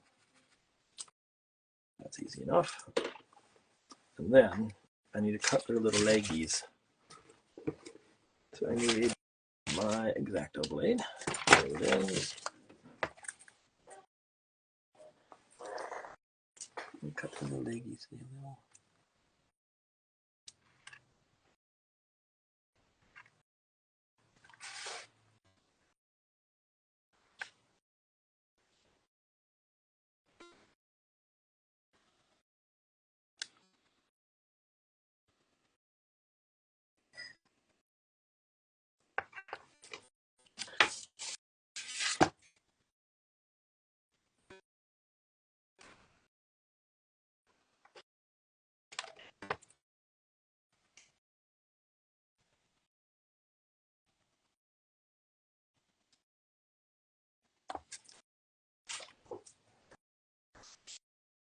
There we go. Okay. Dry up a little bit of that right there. This guy's not sticking down 100%, so I need to stick that back down.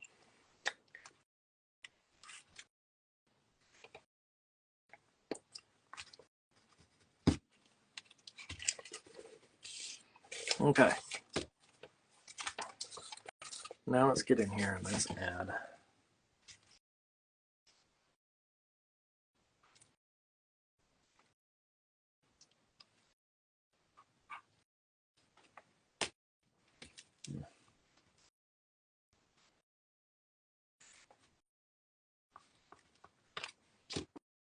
We're talking subtle, people. We need to get that a little more subtle.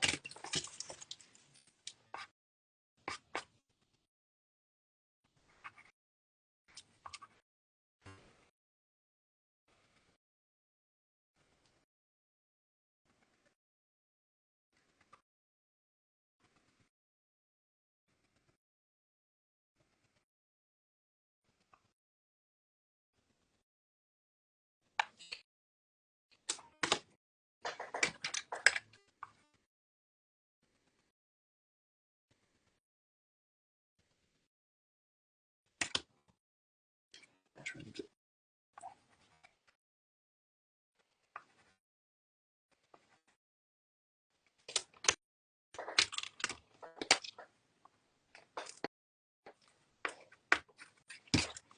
all the subtlety in the world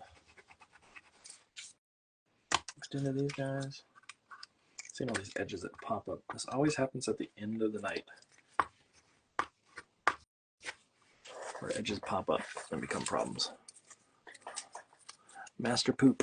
I mean masterpiece. Oh, oh no.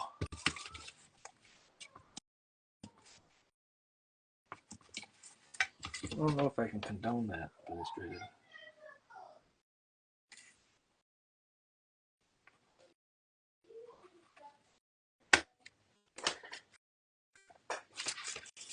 So here's the other thing we gotta do. I gotta come in here and I gotta give this guy some nuanced. I say nuanced, but I'm just joking.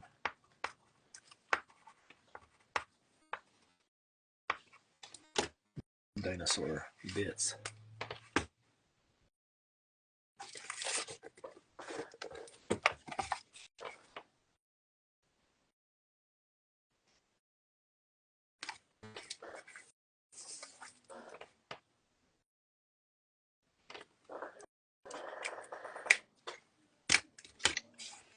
Get some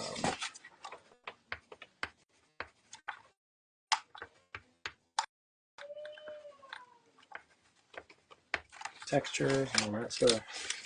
And then these guys need toes here.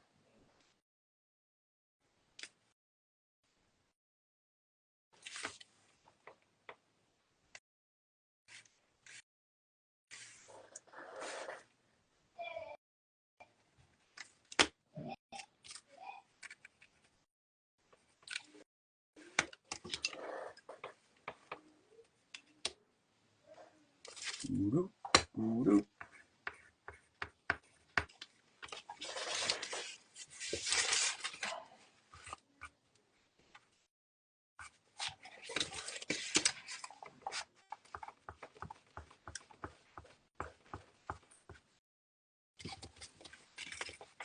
Just wear away a couple little colors here.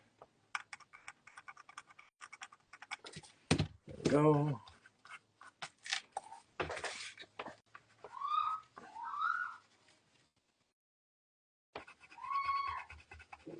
That's my son. Everybody's hearing that. That's not me screaming in the background. You wish. You wish.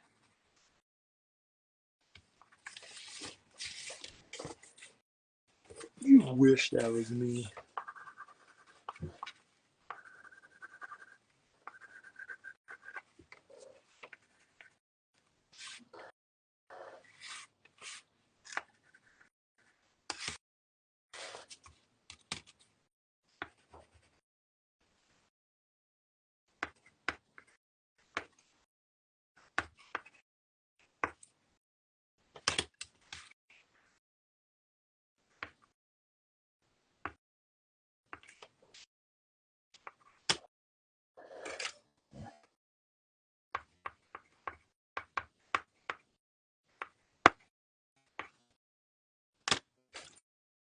Don't like that one. Okay. And I missed the beginning. Has this all been done with cut paper? Yes, it has. And I like how Illustrator you're answering any questions for. Yes, and a tiny bit of paint and pencil. Just a tiny bit, not a ton, but enough to make a difference.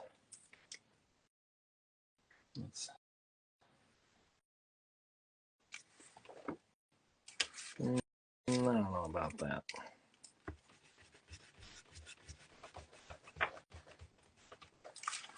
I like it on this guy, but I don't know if I like it on these other two, so turn that down. I think if we're going to do it, I want to do it in a more subtle variation. It's like brown. There you go.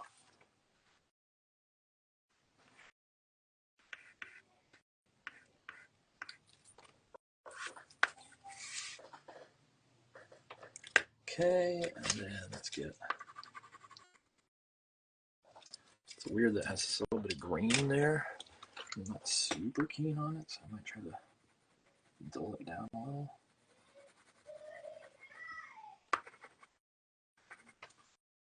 That's my son making noises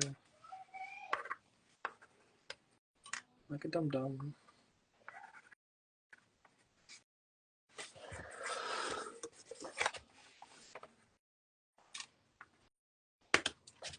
I want to see if I can get something that's like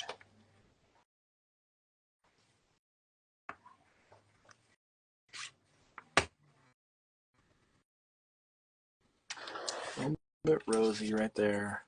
I like how these act as like plants down here and then clouds up there. It's kind of fun.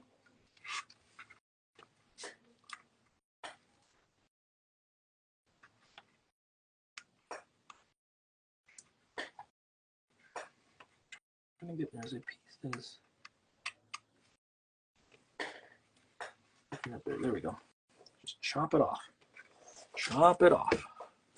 Okay, let's see. Where's my brush? I think I'm basically at the end of my rope. Can't believe it.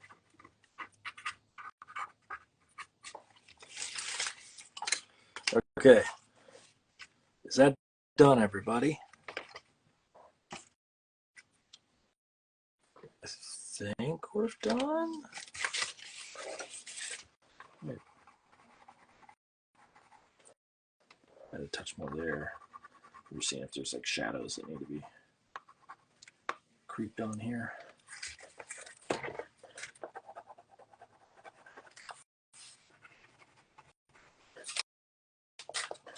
Oh, you know what I do need is I need little hints of them on the ground plane.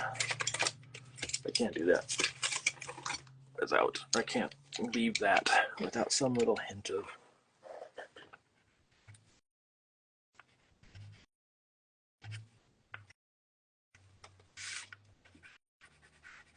shadow being in there. Yellow shadow. Makes perfect sense.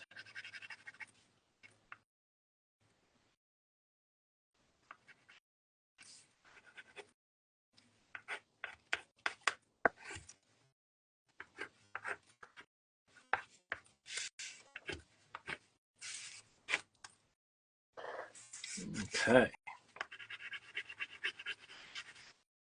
Warm this up just a touch right there. There we go. Okay, that may be it. That may be it for the night. Whoa! We started at 2 in the afternoon. It is now 6:15, something like that. I'm gonna get rid of all these extra scraps. I'm trying to keep it a little cleaner around my studio. A little, not much. A little, just a touch. Enough that I don't have paint pieces sticking to my feet when I walk upstairs. Okay, let's see. I'm going to clean up a little bit of this and I'll get it on screen so everybody can see it better. And then we will wrap for the night.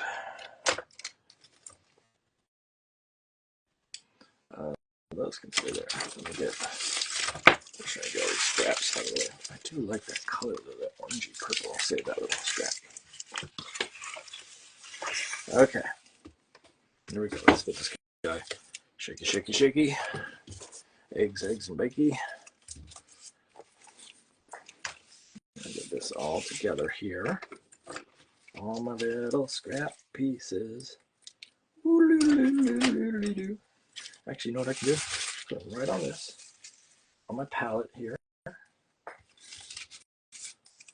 You know what's funny is on my palette, I don't know if anybody's seen this, but I put green on there. I think I touched it just a little bit in some of the making. And I also find this funny. Look, I just look to the side here, and I have a whole scrap of paper that I didn't even touch. and a whole nother one that I didn't even touch. And so I have I made lots of color, but I didn't use it all. But that's where I have this lovely storage tray over to the side. So I can cut my scraps, put them in there, and I just need to make sure I look in it every once in a while for what I can use next time. There we go. Okay.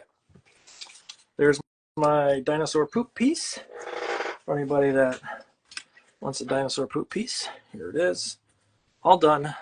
One last thing that I always do at the end, just to make it look nice, we go grab a lovely piece of black mat board and stick it on that so you can see all the color and its beauty. I could use white too, but since it's got a light background, we'll do that. And I will zoom in a little bit so you can see it a little better. So let's see, right about there. And then I will zoom in as best I can. Sorry, I have to angle this a little bit here so you can see a majority of it. I'll zoom out just a touch. Or maybe zoomed out as much as I can be. Let's bring it up a little bit then. There we go. Okay, so there's my pterodactyl poop piece. Thank you for all those that joined and listened and chatted and added to the equation. I think it was illustrator who came up with the idea of pterodactyl poop. Thank you for the lovely idea. It is done. I see little things I'll touch up in Photoshop, like, or I can try to do it real quick. Ready? Watch this. Not that anybody really is going to care about this, but I will. I want to tone that line down right there, just so it's not so dramatic. There we go. And I will put away the last little bits I need to put away. That little smudge off there. Little smudge. There's lots of little things that are stuck to it that I'll clean up in Photoshop. But that's it. That's the piece. Y'all have a lovely evening. Again, today we had on Pete Oswald, who was amazing and lovely and a great chatter. And next week we have TL Macbeth. Then I believe the week after we have X Fang. And then on and on and on and on and on till the end of time. All right. Y'all have a lovely week. I will see you next week. Next week will be Thursday night at 8 p.m. back to the sort of usual school time schedule. Otherwise, y'all have a lovely evening, and I will talk to you later. Bye.